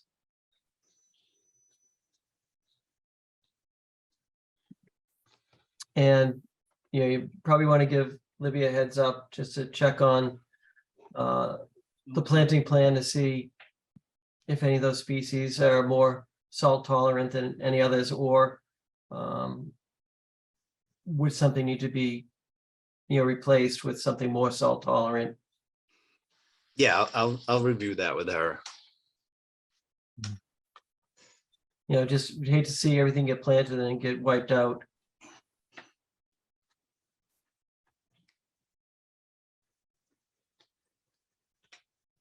All right, anything else from the commission?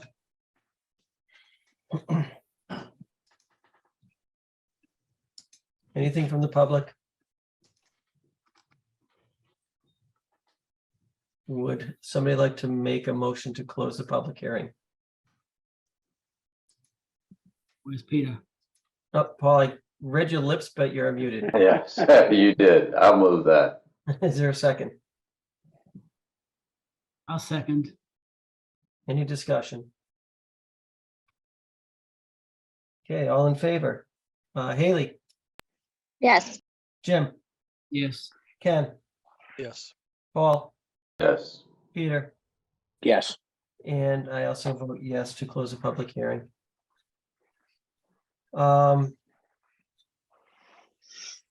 Let's see, we get 8:48, so we are behind schedule. So I guess we're not going to talk about an order of conditions other than what we've already talked about. Yeah, so we'll table that to later or next meeting. But John, you know kind of what we're looking for. Yes, I do. Yeah. Okay, perfect. All right. Next up, we are about 20 minutes behind schedule. 8:30 is DEP 313-621-10 Broadway, New Creek LLC. Continued public hearing, notice of intent for the construction of 124 unit, 37,000 square foot multifamily residential building with appurtenances. Pertinent. Offered to bank. Appurtenances. Offered to bank. And I think that's John again, right? It is. It is me again. So just kind of an update. I know there was some emails. I think that the commission was included on that. So Rebecca had taken another look at the USGS maps and discovered that it had changed.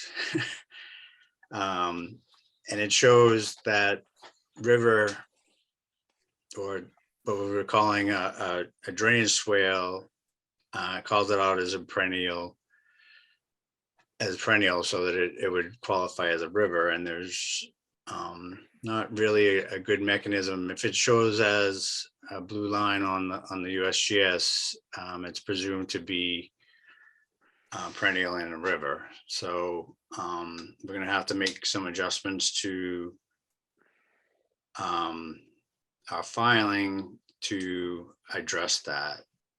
But just to go along with that, I just wanted to kind of, this is one of the problems with having this stuff online, where it can change,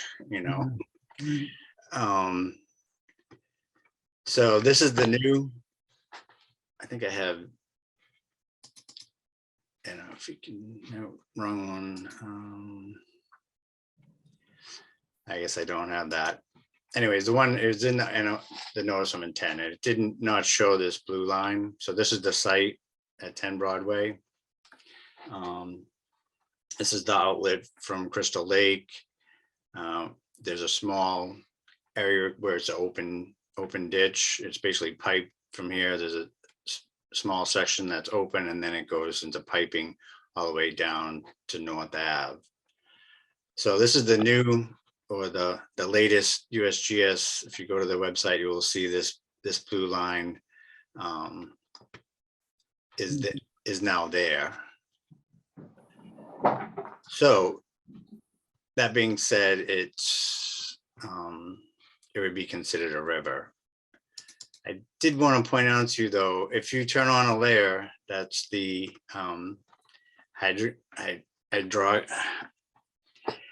hydrography is, it shows kind of the flow paths, and this makes no sense. I know when we were out there at the site walk, we visually saw that it was flowing from out of Crystal Lake towards North Ave. Based on this is showing that it's flowing into the Crystal Lake, which it does not do. And if you actually follow this, it's going around in a circle. So I just want to point out that these are very macroscopic how they look at this, and it, you know, they may not have the local knowledge, or these models are not perfect. So John, how do you know? Well, how can you look at that and indicate that and see that it shows it flowing into the lake? there's these arrows. There's kind of an arrowhead here, and then there's arrowhead here, here, and then. Wait a minute, I'm not seeing the arrows. I don't see the arrows. I don't see anything. Oh, I'm sorry. You know what? Are we looking at a different I map gotta- than you? Yeah, no, yeah, I'm looking at something completely different than you guys. I guess that one doesn't switch over, like. There we go. Oh. Thank you for pointing that out. Okay, I think I understand now what you're saying. All right, so now, if, again, this That doesn't, makes no sense, yes. You're these right. flow directions don't show, you know, when you just look at the USGS, but there's another layer. You know, I turn this layer on and it shows a flow path, and that, like I said, that just it doesn't make sense. No, especially given we saw it flowing. the other Well, way. yeah, the other arrows make sense except for If you the took the two lot in arrows, question.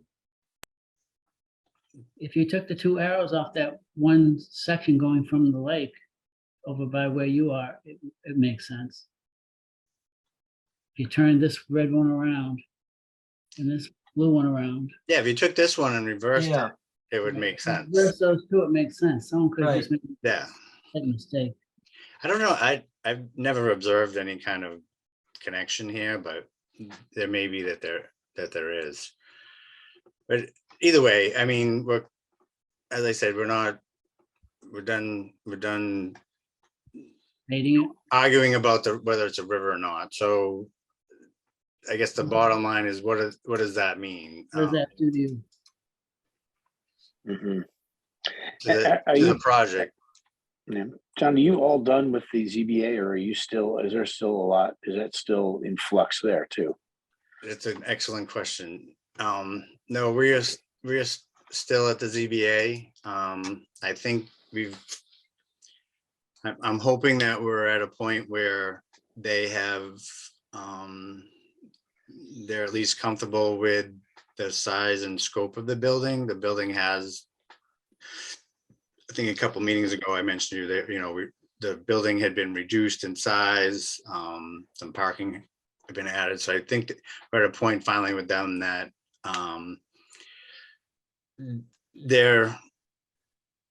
we can go forward with the building and the parking that we currently have laid out. And I can show you that just to. So this is kind of the current layout that we've been working with the zoning board. We had taken about 40 feet off of the building here. We've reconfigured the parking, basically try to get more parking to meet the zoning. And so I believe we've come to a consensus that this is the building and parking, and we have some work to do. At that stage, I need to revise the drainage and you know, stormwater management calculations for this new layout. But I didn't want to go too far with that or with the commission until we kind of honed in on this, because there were several iterations before we got to this point. So it is at 108 units now versus the 126, 124, It's 106 units 106. now with 159 parking spaces. Okay. I think we had like 124 units before. I don't remember the parking, off the top of my head, number of parking spaces we had. This is the preferred layout, is what you're showing us. This is the layout that, again, it's more in line with the zoning requirements are, and just in terms of, I mean, there's a lot of stuff that doesn't show on this, and I don't have that with me, but a lot of it had to deal with the masking and Still going on. architecture. Oh, it's But definitely because, still going on. so relating this to the conversation we had with the high school, the idea that there's a river, the fact that it's all underwater, there's no bank, does that mean that it only has relevance to to that open portion? Is that right, John?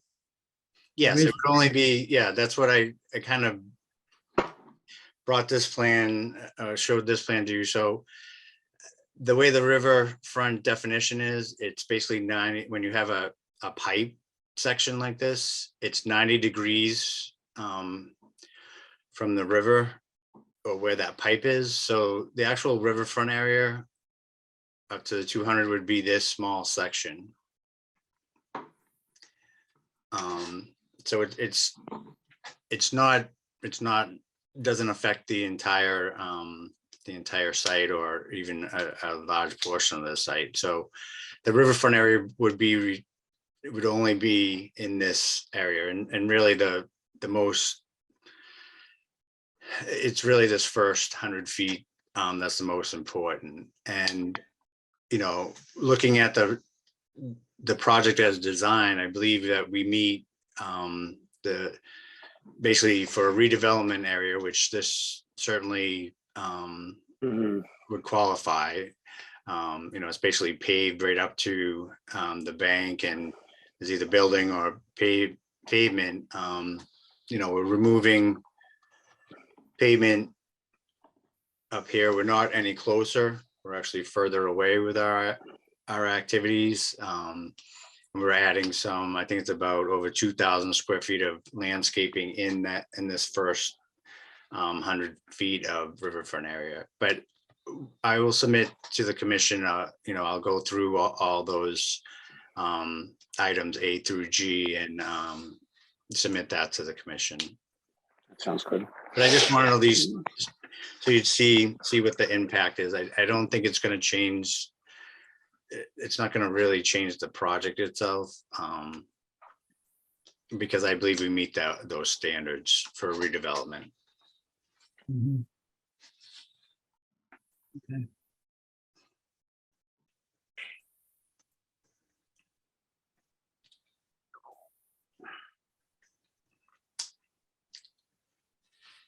When's your next hearing with the ZBA?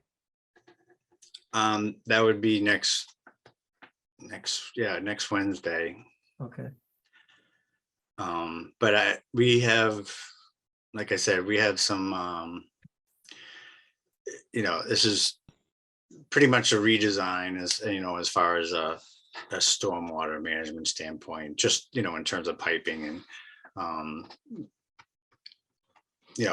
doing the analysis again, regrading, that type of thing. You think it'd be ready again for the 20th of June? I think it probably would be better to continue to the following hearing. Okay. Yeah, I'm not sure what the July schedule is.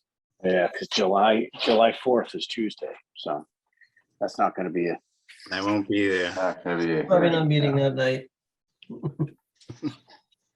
pretty sure July 4th is, Tuesday is the 4th of July. So would we consider having like a Thursday meeting that week instead? Yeah, or the Tuesday Or- after. Yeah, because then you could do, I see, like do the second and, do the second and fourth for that 1 month, Yeah, potentially. possibly.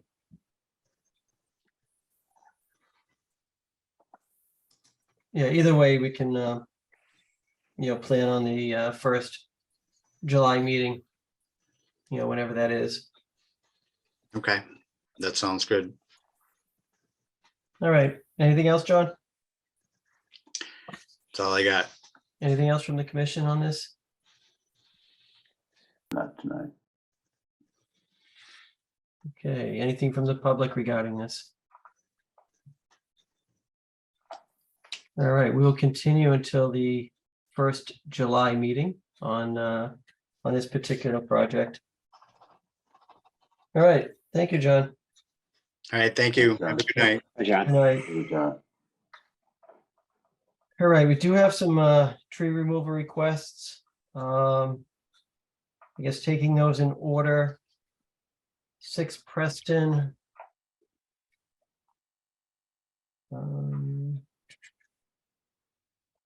I know Rebecca did send an email out. She sent one out on 6 Confalone. 6 Confalone and 50 Street Court. I didn't see anything on Preston. I don't see anything either. Looking through my emails. 6 Confalone. 53 Court. Yeah, I don't see anything on 6 Preston. Is there anybody here for 6 Preston? Zoe, I see your hand is up. Oh, sorry, that's not for the tree removal. Okay. Did you have a question though? Oh, I'm just still on. I was hoping we could maybe go over the order of conditions Oh. for Harrison Lane. All right, let's give us a few minutes for tree removals and we can see if we can knock that off. Thank you so much. Okay, thank you. All right, I don't have anything for 6 Preston that I can see in my email. 53 Court is next. Ken, do you want to call up 53 Court? Email and pictures?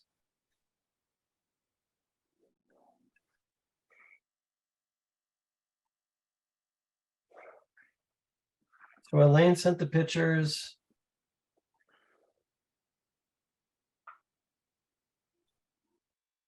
Court, this is one of them. And is there any, let's see, what else did she send? Oh, there's a letter from Keith's tree. Let's see. Remove leaning maple at back left covered with vines, cut down a stump, tree is leaning and is bulging root mound. Remove maple to the right of the leaning maple, cut down the stump. Prune back maple away from Japanese maple at back left. So how many pictures did she submit? There are 3 pictures. That's one of them. That's the one with the bulging root mound covered in vines. Yep.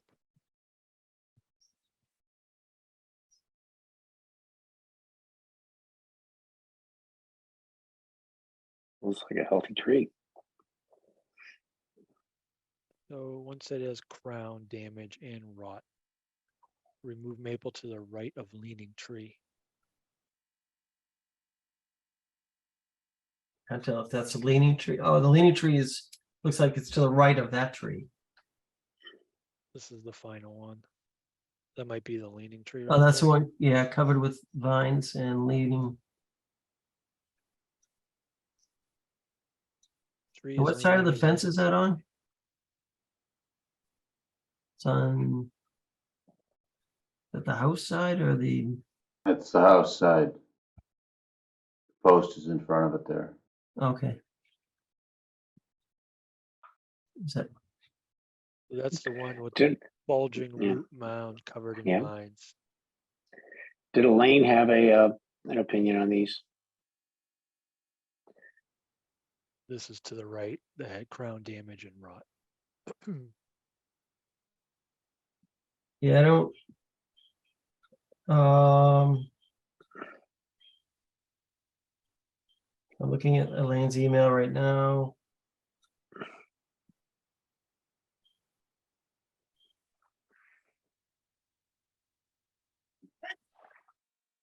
Doesn't really have any comments. I hear the photos and other information, 53 Court Street. Let me know if you need anything else. There'll be more information coming. I'd like your opinion on it, Elaine. Yeah, no, we don't have an opinion, it looks like. I mean, from that view, they both look like they're both living.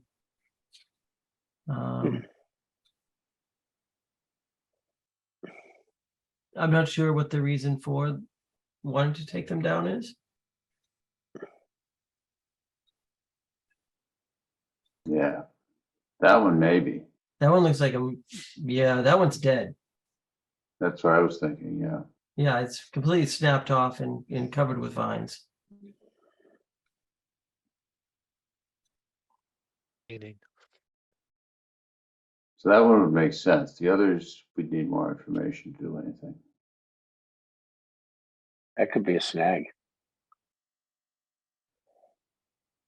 I mean, that thing's coming right out of the ground, lifting the rocks with it. That must be the leaning tree kind of popping up out of the ground. Looks that way, yeah. And that's not a good situation. yeah, you're right, Bob. Yeah, You're right about that. You can see these two white marks. yeah, that thing's gonna come down on its own, most likely, if somebody doesn't take it down. It's kind of popping. It's clearly dead. Mhm. Yeah, so the first one, leaning tree, bulging Oh, root. it says cut down to stump. Could we talk about a snag on that? We could.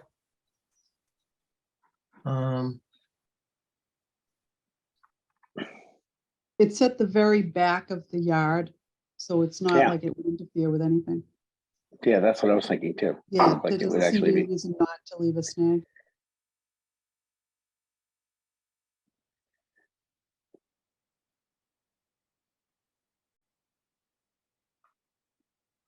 Ken, you don't happen to have Yeah, pulling Google up. map view of it, do you? Yep, pulling up right now.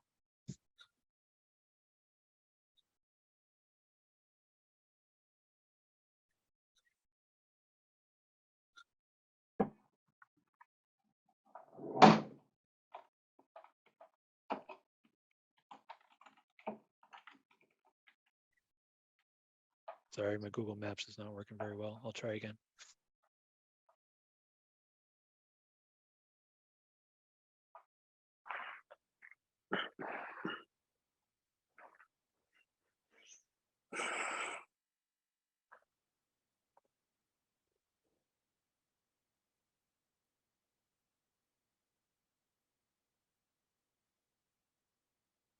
Was it 53 Court?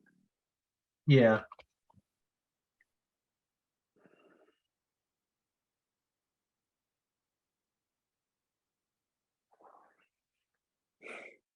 I've got Google Maps up. Yeah, I've got it up also. Oh, Was you this, got it there. is this Okay. the fence right here we're talking about? And then the trees are over here? Yep.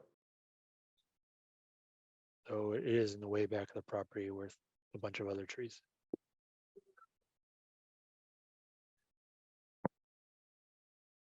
Yeah, I think a snag would be okay on that dead one. But the other two, we're not quite sure what's going on. Well, there's It's two just to looking take for down business. and one to prune. Right.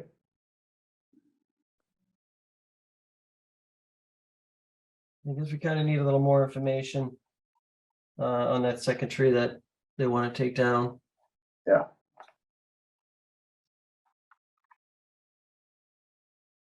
But yeah, clearly that first one was dead. And we don't know which one they want to prune. No, That wasn't identified in the photo, was it? No. no,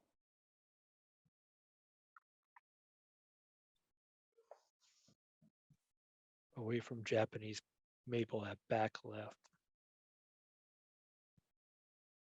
All right, we'll have to see if we get yeah, some more California information. too. All right, we can ask Elaine to get more information for us. Yeah, so that one we agree on. But The there's a arrow there's a pointing at it. Japanese There's the Japanese there's a maple. Japanese Yeah. Oh. maple, but I can't tell which one they're gonna prune back. Yeah, what was the third note? So the leaning tree, which looks in tough shape, Right, the maple next to the leaning, which we're not sure about, but they say has crown damage and rot, and then prune back maple away from Japanese maple. And this looks like a Japanese maple, but I don't know which one they're pruning back. yeah. Okay. All right, let's get some more information. All right, so that's 53 Court. 6 Confil, is there anybody here for 53 Court? I do see somebody joined. Is there anybody here for 6 Preston? All right, let's go to 6 Confilone.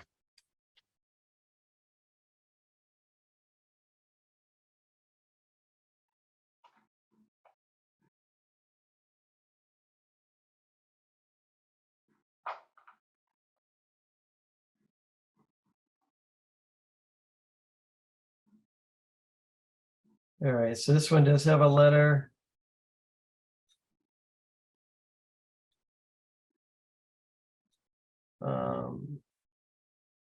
So there's a letter from Keith's Tree and a letter from the homeowner. 2 maples.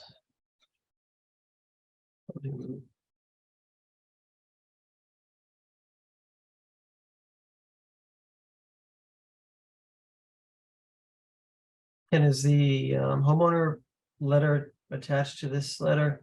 Oh, I'm sorry, I'm showing it, but you can't see it. Let me reshare.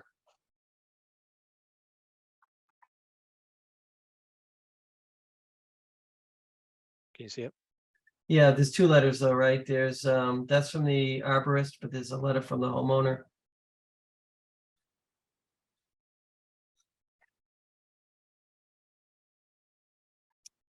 Says, hi, I'm looking to have a tree removed from my property, 6 Confalone. That is next to a wetland. I had a tree removal company come look at it. They advised me the tree is rotting. It will need to be removed, but I need permission from the conservation first. How do I go about getting his permission? Does someone need to visit the property? I believe my neighbor has someone coming to visit their property on Friday, 5/26 at 12:30. Would it be easier to have this person visit my property before or after their appointment? I'm also available by phone if easier to discuss. All right, so Was that, did that letter imply one tree? yes. It says a tree removed. And this says 3 maples assessed, 2 maples in the back. The maple behind the back fence is rotted. What do we have for pictures on this one, Ken? Mhm.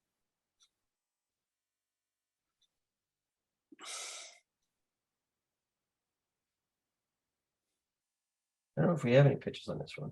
Yeah, there's 4 of them. I got 'em. Okay. Oh, yeah, photos from Elaine.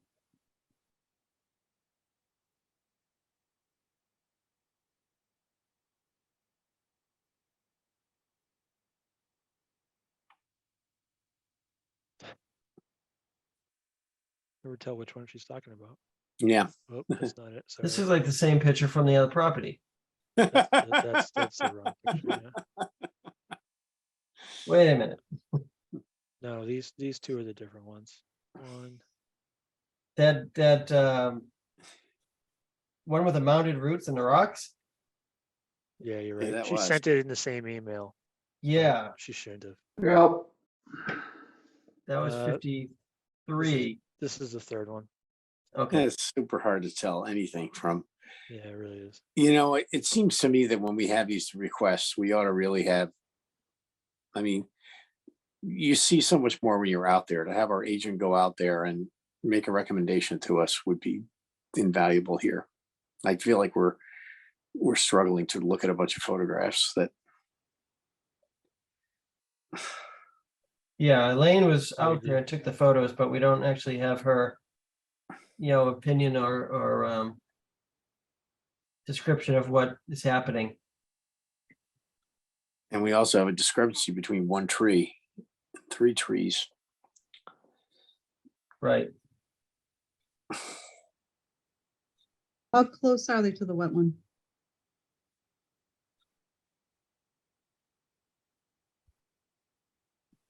Six, Property, 6 what?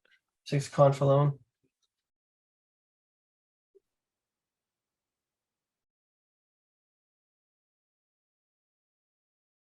That's a good question, of course.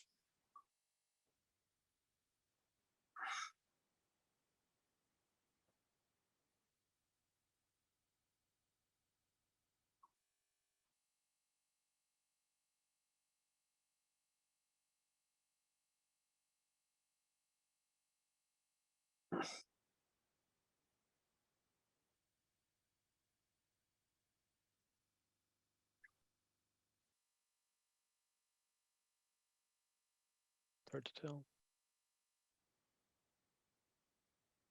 I mean, that one photo looks like it's right next to the house, right next to the fence, right? Mhm. Maybe right here. Yeah, Yeah, it'd be can't helpful to tell. have Elaine's recommendation on it, to be able to make a decision. Can we just table this and ask her until the next Okay. meeting and get a recommendation? yeah, certainly.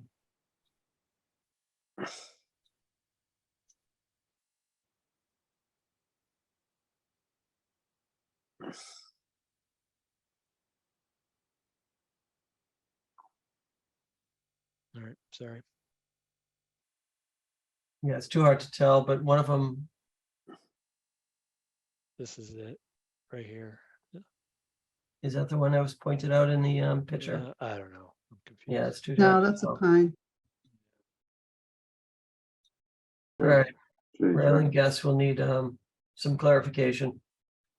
There are a lot of mature trees around there. Yeah, but that's good. I mean, one thing that suggests too is that there's plenty of other trees that would, it's not gonna, let's just wait to hear from Elaine. I do see somebody has joined, Jim Owens has joined. Jim, Yes, are you the homeowner at any of these properties? 1 Harrison Lane. I'm here for the order of conditions, I believe it's called. Oh, Oh, okay, yeah.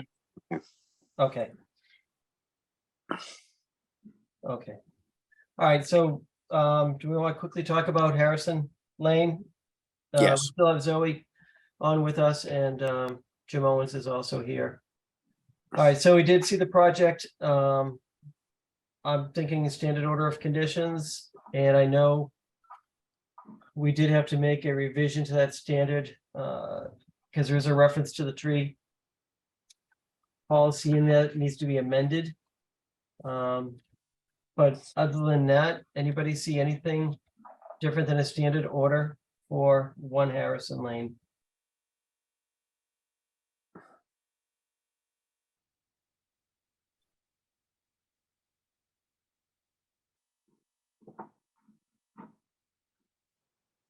I take that as a no.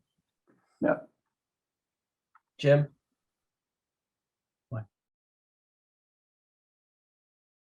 What's the question? Anything different than a standard order of conditions for 1 Harrison Lane? No, I guess that would be, I mean, we do have to amend, I think it's condition 36. That needs to be amended on the standard order, but I know Rebecca's looking to do that. All right, so would somebody like to make a motion to issue a standard order of condition for 1 Harrison Lane? I make that motion. Is there a second? I'll second. Any discussion? If not, all in favor? Haley, Yes. Jim, Yes. Ken, Yes, Paul, Yes, Peter, Yes. and I also vote to issue a standard order of condition with the amendment regarding the tree policy. All right, Zoe, did you hear that? I believe so. So we're gonna Sorry. issue a standard order of conditions. Rebecca will get that ready for us to sign. And we'll get that out to you. Awesome. Thank you. Yeah, so much. You could send it right to our office. Very good. Thank you so much, everyone, for your time. All right, Have a thank nice you. Thank you evening. for Thank holding on you. to. And thank you, Good Jim Owens, for also hanging with us. Absolutely. Yeah, it was Have a good interesting to night. see the tree process. Thanks all. Yes, partial tree process. Yes, all right. Have a good night. All right, good night. All right, any other business? Judy? The open space survey is still open. It's gonna stay open through the summer. How's the participation been? Terrible, Wow. terrible, awful, horrendous. I mean, we promoted it. To be a little more specific. We heavily promoted it at the last meeting we had. Yes, with 70 people on it, May right? 16th, I think it was. right, And we had quite an audience there too. Yeah, right. but bigger fish to fry, so. Well, I don't think so, but it's going, the consultant suggested having business card size little notices printed up with the QR code. So I'm going to get those and they'll be at the Civic Center. Someone from the Rec Commission suggested having them at Fernal Field at their concession stand. So I'm going to bring some down there and I'm going to be at the farmer's market. The first time I can, they have an open table is August. So I had asked the committee if they had any, if there are sports events, other things like that, that they could promote it, but I haven't heard from anyone. What about the festival? No one volunteered to do it. I'm not doing it. I have a question, Judy. If we got those little small ones, are we allowed, like, if I went around and like stuck them in some mailboxes, is that something we're allowed to do or not? You can't put them in mailboxes. You could hand them out, but you can't put them in mailboxes. Gotcha. So that's where we're at. And you got the email about the Melrose Street Trail, which I thought was pretty good. And I did get in touch with the Melrose Conservation Agent because one of the trail stewards said she would link up with the Melrose stewards in the Spring Street area on those trails. So I haven't heard back. But I'm also wondering if anyone has checked the Concom email. I have. Okay. I checked it You have- as recently as Sunday. Okay, so you didn't get any monitoring reports from the trail stewards. Okay, so those No. haven't. Okay, Not as of Sunday. okay. And one other thing I would like you to think about, with all the tree removals, Rebecca has a spreadsheet so that they can see what was approved, what mitigation was required. So I think it would be helpful if maybe the commission looked at some of these sites that had required mitigation to see where they're at, to make sure the snags were left or the mitigation was actually completed, to kind of close the loop. Because I think once it gets approved, people say, I don't want the snag and cut it all the way down. Or I think there should be some follow-up so that they know they can't just, once it's approved, they can't just do what they choose to do. It's a good point. Just something to think about. No, I think it's valid. And I sent you an email during the meeting with a Salt report from, resistant. yep, from Rhode Island. It had some, I mean, most of the stuff you already know, but it had a good table of how tolerant, how salt tolerant they are. So it's something to use as a reference. Yeah, I took a quick look. Saw rhododendrons in there. I saw red maples in there. Bunch of rose type. Yeah, and there are a lot of good ground covers too. Yeah, it's good information. Yeah, just gives you a base. And we need to definitely be thinking more and more about this. You never came up on Audubon at all until tonight. Of course, it's all kind of fresh in our mind too, after what we've kind of been through recently.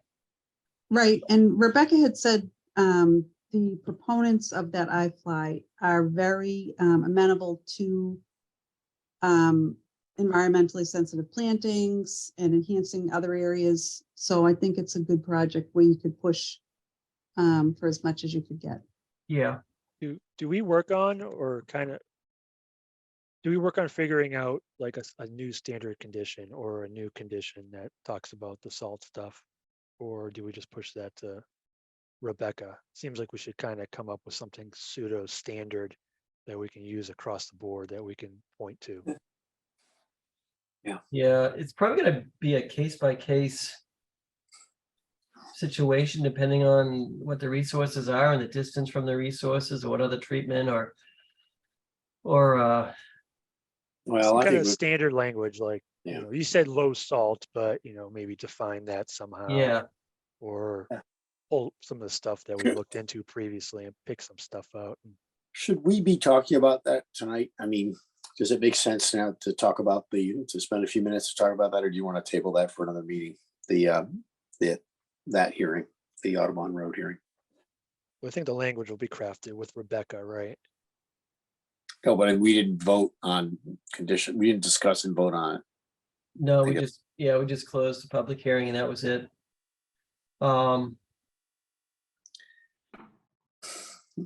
Part of me says that it's late and part of me says it's fresh in our mind. Yeah, I mean, I would be okay with a standard order plus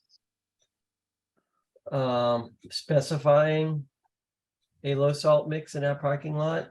Think it would- Bob, do you think it would be worth it to do a little bit of research on that and see exactly what we're talking about? But we've closed the hearing. Well, sort for of- that No. one, let it go the way it is, but for the future. I wouldn't Yeah, we write- can't accept any new information, but I mean, we can certainly discuss or talk about whatever we want. I mean, The conditions. everything that I looked Yeah. into for the salt stuff for another project we were on, I have saved, so I can bring some of that stuff back up. Maybe we could refer to. Right. It really looks like there's no great treatment option short of not using it. Right. And is your point, it was one of the points you made is that, just not first couple of rows that are closest to it's really, it all flows down. Right. That whole parking lot is flowing It's on a that river, direction. flows right into the river. So it actually is it's a material point. It is, but in this case, there is some treatment. They've got the catch basin, then they've got the swirl chamber. Didn't we decide that doesn't help with salt? There was a greater distance in the buffer, right? Yeah, because even after it goes through the swirl chamber, it goes through that retention type area, and then eventually it goes through that pipe, and then a level spreader across the vegetated area before it gets to the Okay. river. And that's what we're looking for, a bigger buffer. From the So point there's, of you get discharge. additional buffer, you got water uptake with the plants, vegetation, you've Mhm. got settling in that retention, you got some settling in the swirl chamber, you got a deep sump catch basin. Some of it will settle, some of it may bind, but you got a further distance away and it has to travel over land, vegetated land before it even gets to the river. So And that area is a buffer. It's a true buffer too. exactly, The more the better, obviously. it's not running directly into the river untreated. So it's a better situation than some others. It's better than the current situation too. It's But would way it be better than the current, for unreasonable- sure. It would be Not perfect. unreasonable. Yeah. I guess That's the why I question, made the point, we don't want to see all that vegetation wiped out. yeah, and I guess the question that I had with John is if we were, not knowing what we know, I mean, we just specify a low salt mix for the entire parking lot. That's what you were suggesting, Bob. Yes. And there is ratios that are considered low salt mix. It's a combination of sand and salt. I don't know what the ratios are, but there is specifications on that. but there really is no good treatment for salt removal in this type of situation. But we're taking the steps to try Yeah. to do something about it. Mhm. I mean, you can desalinate salt water. You can turn salt water to drinking water with reverse osmosis or deionization. But that's You're not gonna be able to do that on application. highway drainage. Yeah, this is highway. Yeah, we're not talking about that. All right.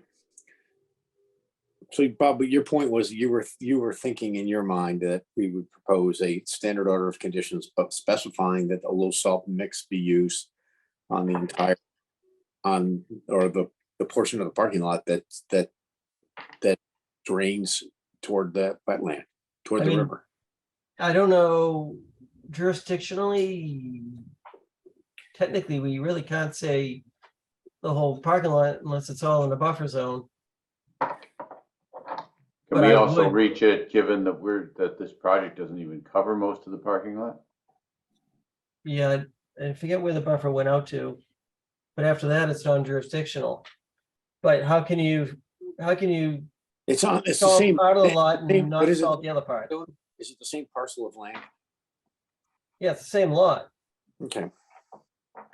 So I But guess the practically, you can't have a salt truck or plow in there, you know, salting a portion of the lot and then going to a low salt mix for the rest of the lot. That's not gonna happen. Nope. I don't know that we can condition the whole lot since it's not all jurisdictional. We could certainly say that. Could we put it as a recommend and then just hope that they try to do that and see what happens? I think so.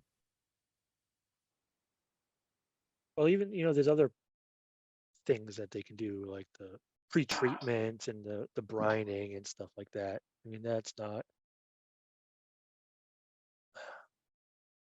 Yeah, we know there's other alternatives to salts too, the potassium magnesium acetate. Do you want to take this up at the next meeting when we have, for example, Rebecca at the meeting, she and Elaine can talk about? well, also maybe they Like can that. reach out to other commissions. Maybe the other commissions have standard conditions. Yeah, I think it's something that maybe what I'm hearing is, one thing disadvantage we have is we don't have our experts, with us tonight. And maybe it's wise to talk about it at the next meeting, and in the interim, ask our experts if they would, consider what we're, brief them on what we're considering. Yeah, just remember the clock is now ticking since we've closed the public hearing. Well, and guess what? We have 21 days. we have 21 days, and we've just said we're not going to have a timely meeting. And oh wait, I'm sorry. No, we've got one more We have a meeting on the 20th. We Right. can do it. Yeah, So we're so gonna we can have get it to, done. we'll likely have to issue the conditions on the 20th. Okay. Unless we right. do a special Well, meeting. let's see what we can learn between now and then. Okay, I think it makes the most sense. At least we get the benefit of our expert employees. Yeah. Or our agents. sounds good. Any other business, Judy? Just one thing, you mentioned about the ZBA heightening the awareness of the need for native plantings.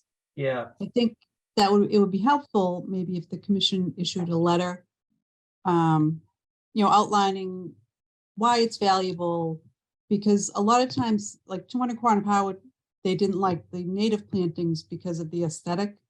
right. So they chose other. So they're counteracting everything that really should be there. So I think maybe a direct letter to them, asking that they take this into consideration, because once it comes to conservation, it could be just turned around. It Yeah. would save them time in review. And there are certainly plenty of native plants that have aesthetic value. And I think a lot of, they go to the same plants all the time, plants that aren't going to survive. And I think it's just pretty much beating the point to them that it's critical. especially around wetlands. Yeah, I mean, like landscapers forever have chosen pretty much the same decorative plants and shrubs for houses. You know, Right. and many of those are invasive. Right, Now, little did we know, whatever, 20, 30 years ago, they were invasives. right. And the Um, go-to is usually an arborvitae or something like an Asian ornamental that flowers, Right, but it's reinforcing that as well as the need for a better review around the wetland buffers. Because I don't know that tends to be, oh, so what, just move in another 10 feet. And then it puts the commission in the position of having to try to push it back. I think there needs to be some better cooperation between the boards when it comes to that, because it tends to seem, it can turn into a contentious discussion after the fact. If they approve one thing and then it comes back to the commission and you want to push back 10 feet, it's just counterproductive, I think. And I don't know what the answer is, but I think education certainly just highlighting why this Oh, area take is it down. valuable, why natives are important. yeah, Agreed. no, it's a good point. Yeah, I did say that. I didn't expand on it like you just did. But But with definitely yeah, makes and with the sense. shrinking areas, everything's moving closer to the wetland. So I think it's a good time to make them aware. And if they want to come to a meeting, if we have, I know we talked about having a seminar in the summer from offshoots about native plantings and backyard stormwater solutions. They could certainly be invited to that. I think it would be a good, I know they were invited to the last one, but I think it would be a good opportunity for them to take a look. And sometimes visually, when you see how it can look, it makes a difference. Right. But I think, some kind of awareness to them would be helpful. Yeah, we can ask Rebecca to, draft a letter, specifying the importance of native species and buffer, to the ZBA. Mhm.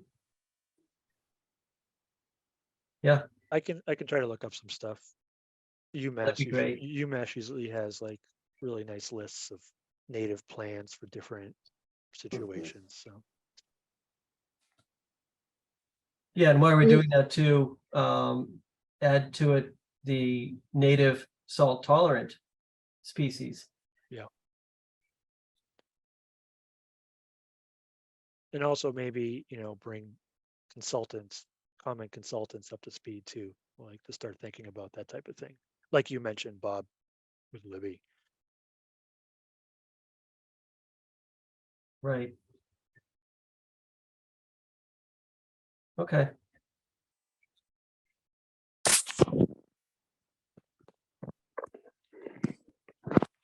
And there is information on the Concom website about natives and anything and everything you'd want to know about them. Yeah, are any of those like noted salt tolerant, or should we put that up there also? Yeah, I can have them put that up. Yep, I'll That'd have be them do it great. tomorrow. That's awesome. Yep. And if there's anything that comes up that you want added to the website, just send it to me. Okay. Because I send it to other groups too, and they could put it up on their websites.